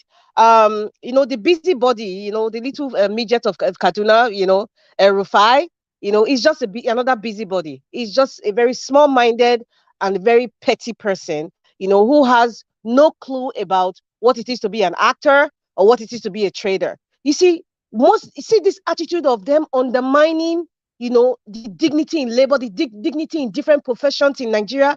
You see people like this elites come out and they talk and say, he's just an actor. What is wrong in being an actor? President Ronald Reagan, he was an actor because before he became the president of the United States of America. Google it, you find it there. Verify it, the information is there. Tomorrow, somebody will call Peter DeRock or be a trader. What is wrong in being a trader? A trader can be the best leader ever. A trader can connect even more with the people. And that's what we'll talk about, people in the humanity studies, as Alex always talk about. We need people that are connected to people. We need people who are humble enough to understand people and to be empathetic. We don't need bigots like this. We don't need people who are braggadocious or who is telling us, like the man in the red cap, I have a PhD. You have a PhD, so what? Life goes on. So we need to not tolerate these kinds of rhetorics. We need to not tolerate and digest these kinds of people that come up here and they just want to talk because they feel that by talking and spewing nonsense, they're intimidating us or emasculating us in some sort. So we should not tolerate all these kinds of rhetoric. We should not tolerate it. And that's why I'm so happy, when I keep saying that most of these people that we've been hearing for over the years, a lot of them are empty. Izagodo, empty. There's no substance. There's nothing. And Erufai just displayed himself. Even when Mr. Ibrahim Abdulkarim came out and talked, he just said, "This is not Erufai," because he knows he has sat down with these people. There's nothing. They have nothing to offer. They're all brainless. There's no substance. Empty. So now that we're seeing the uprising of the intelligent and people that have vision coming out to speak, they're all feeling intimidated. They're all ranting and doing cry me a river. We don't want to hear people like Erufai. As what Sapansa said, we shouldn't be listening to Erufai coming on Arise TV on media like that, because who are these people? People from the old brigade. So we need to expunge them. We need to obliterate them completely from the system. And how do we do that? We need to start campaigning. We need to start doing the work. We need to start speaking out. As Mr. Ibrahim said, some people need to be spoken to. We send money to our people in Nigeria. Speak to them. Tell them, bring somebody to bring somebody to bring somebody.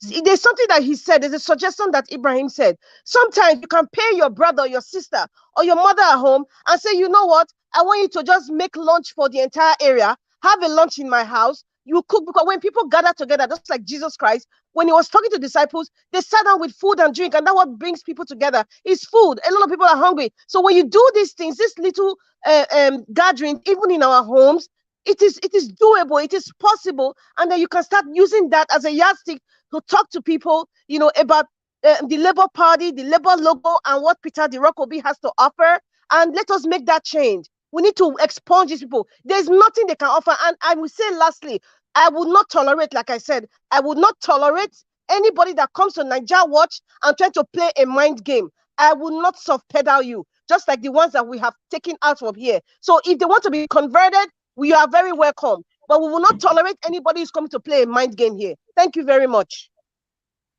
That one is very loud from Madarita. Very loud. All right. To be honest, Mr. Ibrahim have opened my eyes even further.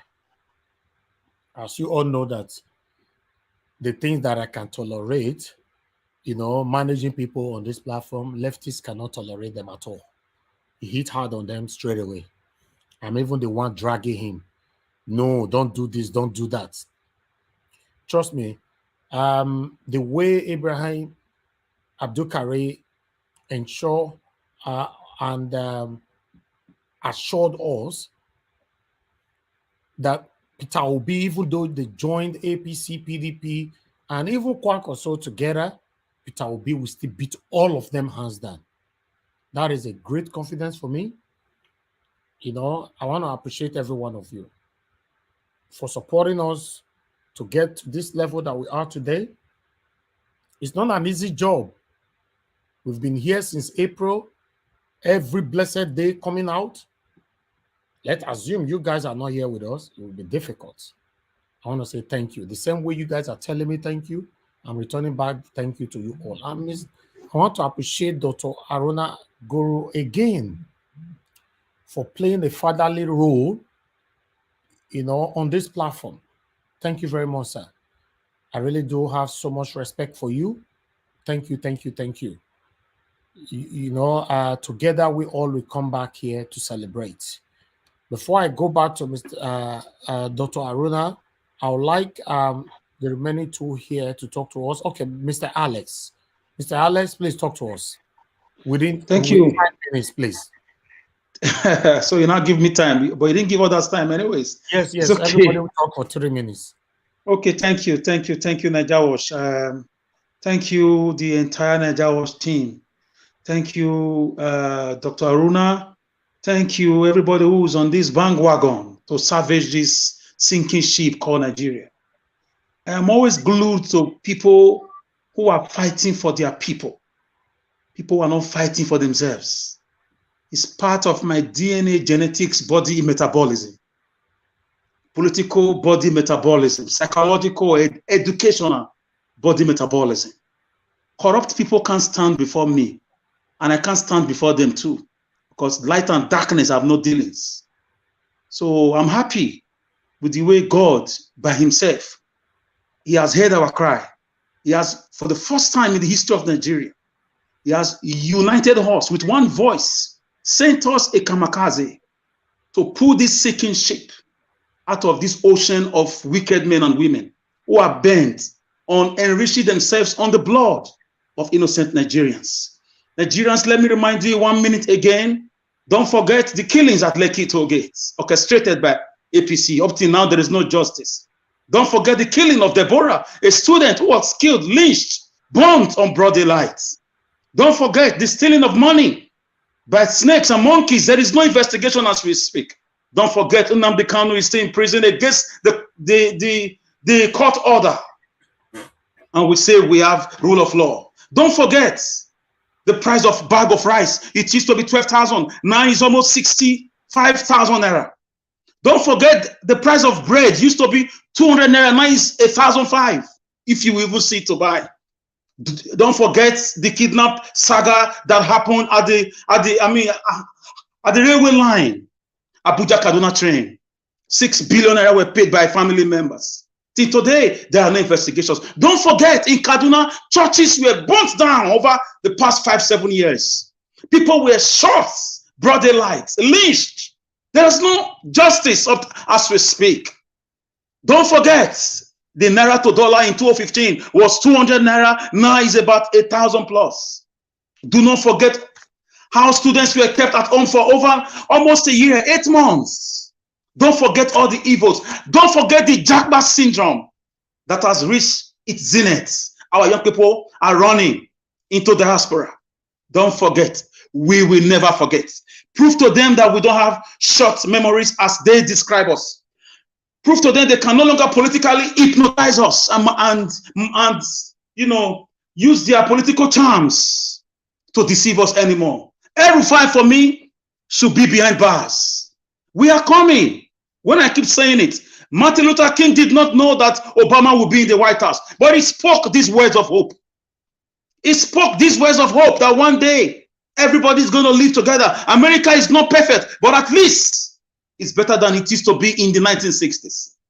So do not forget. They may try to cancel history from our schools. A lot of us already got it, and we are passing it to the next generation already.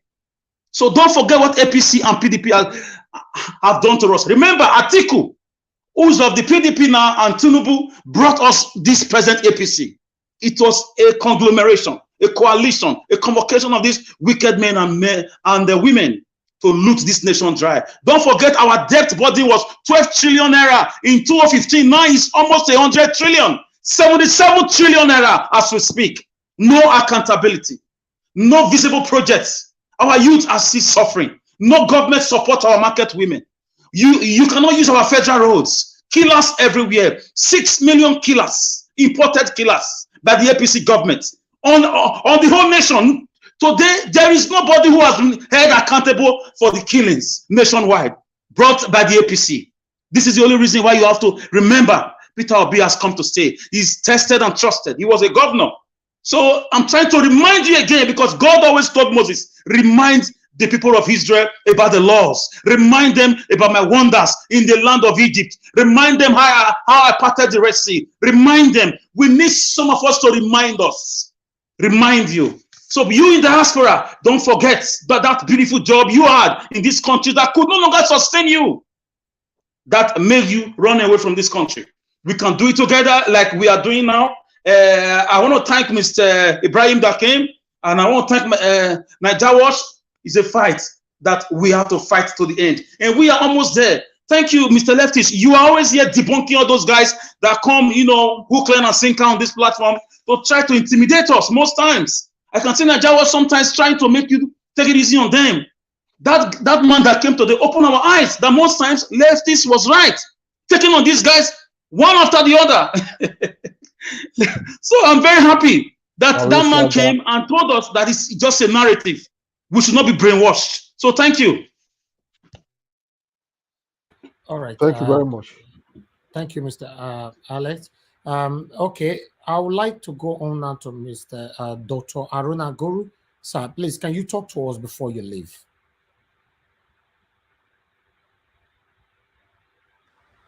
Hello. Hello, sir. We can hear you. Yeah.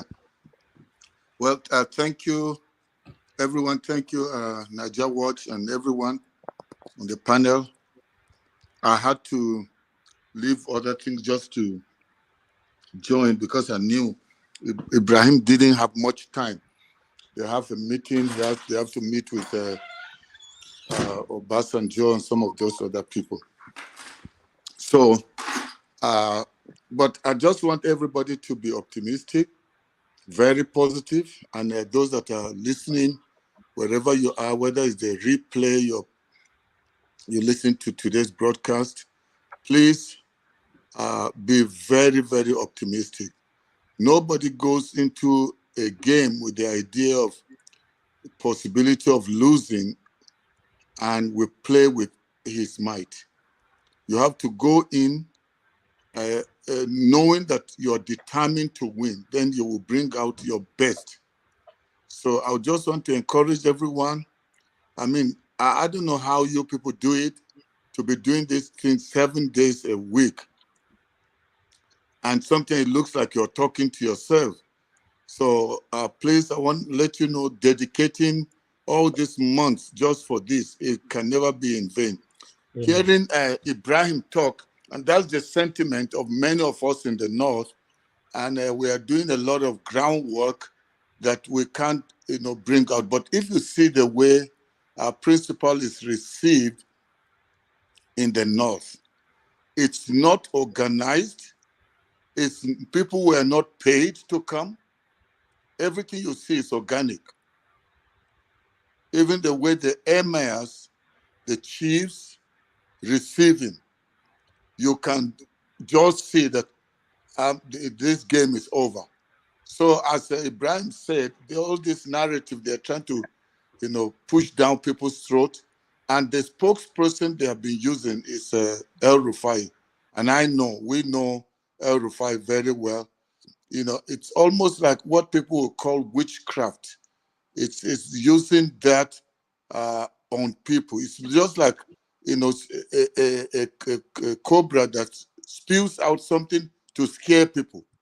But if one knows that there's no poison in that thing is spewing out, and the person that's using it for snake as a snake game knows, but the people that see the snake, just the sight of the snake, they will run. He is an opportunist. He's a chance taker. He was going to go with Amechi, and so when he told Amechi, the people in Kaduna State, the House of Assembly, and all the other people that were the what is it? The people that went for the APC during the primaries, the delegates from Kaduna. He committed them to Amechi, first of all to Tinubu. Then when Amechi came, I think he must have struck a deal with Amechi to make him the vice. And then Tinubu came, so he was playing between both, whichever one he gets. So when he notices that this guy wasn't going to get it, so they quickly did a meeting of the northern governors, and where he, because of his kind of personality, you know how witchcraft works. You don't have to be a wizard or a witch somewhere in a dark room with scary stuff, but it's the tongue. So he uses that to, you know, there are people when they speak, even if you have an opinion, you can't talk because you're scared of them. So that thing of usurping people's rights, people's ability to talk and air their views, that's what he's been using to control. And he plays the game of running to President Buhari to tell him things that people are doing, maybe knock heads. But where we are now, Buhari is very, very smart. He wants to leave a clean thing that Nigerians will remember. So the whole thing about El Rufai, there's still more blunders they're going to make. He did the blunder, but he's coming to try and clean it to say that's not what he said. But he's trying to play the game, but they will still be exposing themselves. There are still things that will be exposed in the coming days. So we should just concentrate. Why you are not seeing people like Ibrahim, you know, on Arise or on channels or other, is because they're every day. I mean, they have 5, 6, 7 meetings, sometimes even more. And sometimes they go to bed around 4 a.m. with the principal. So it's a lot of work for them to do. They don't have time to be going for interviews. They're busy talking to the people that matter. And so, and there are we have different broadcasts in Hausa. People have been asking me to do my broadcast in Hausa, but knowing how the North works, I feel that if we can get the Northern elites to understand people like Ibrahim, and we are all together understanding, it will be so easy to get the North. And as he said, to me, that's why my attitude has been, the game is over. We should just make sure we play, because no matter what scores you have, if you have not played to the end, or you're running a race in a track, but you run just because others are behind you, and you don't run across the line, you can still fail. So we should just run to the end. And finally, what I would encourage us on this, and any other person listening, is that everywhere you turn, the current challenge now is finance. People are calling, the obedience have run out, most of them have run out of steam, because at the beginning of the movement, they pumped in everything they had. They were not waiting for B. And as I've said, I think on this broadcast some time ago, that even if Obi steps down today, it's too late. This obedient generation have risen, and they want to take them, and they've sensitized the entire nation. So the nation already has a feeling or an appetite for what it means for citizens to take their nation back. So that's where we are at now. And I believe that we are going to deliver this. But those of you that are in diaspora, and even those at home that you have made contributions, want to say thank you. Just keep doing it, supporting, channels like Naija Watch. That's every day. That's all they do. So they need the support to keep this thing going, the momentum up to the end. And then if you have people back home or people in support groups, when they ask, genuinely, maybe Labour Party, I can't talk much on that because those are politicians.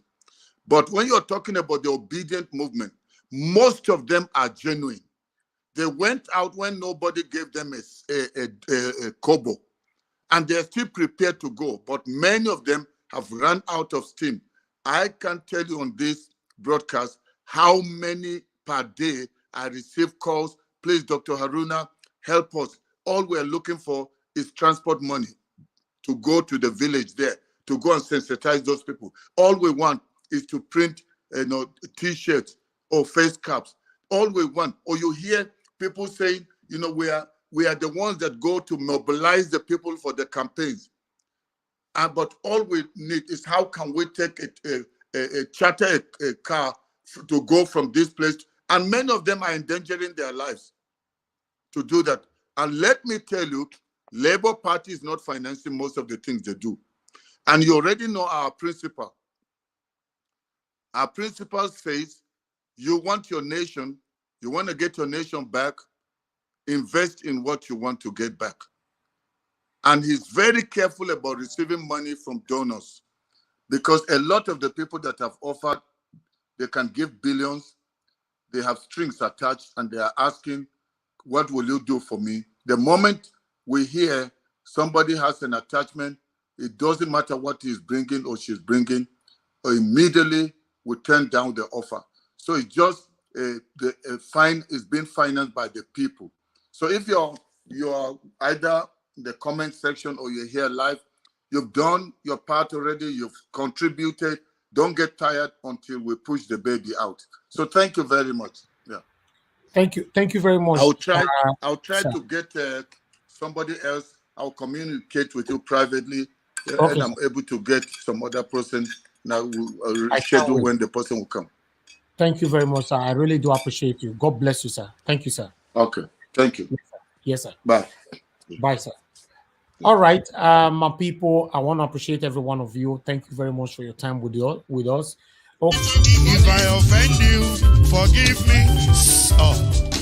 Tó bá ti sanwó fún Ṣẹ́gun Nàbí o, ẹ fẹ́ jókù. Alákọ̀bí Ṣẹ́gun Nàbí.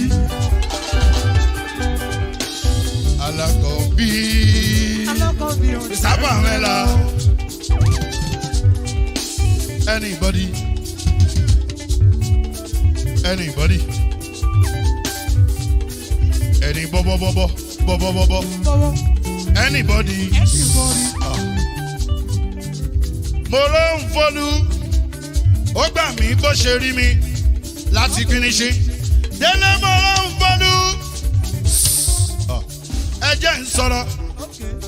Délé o.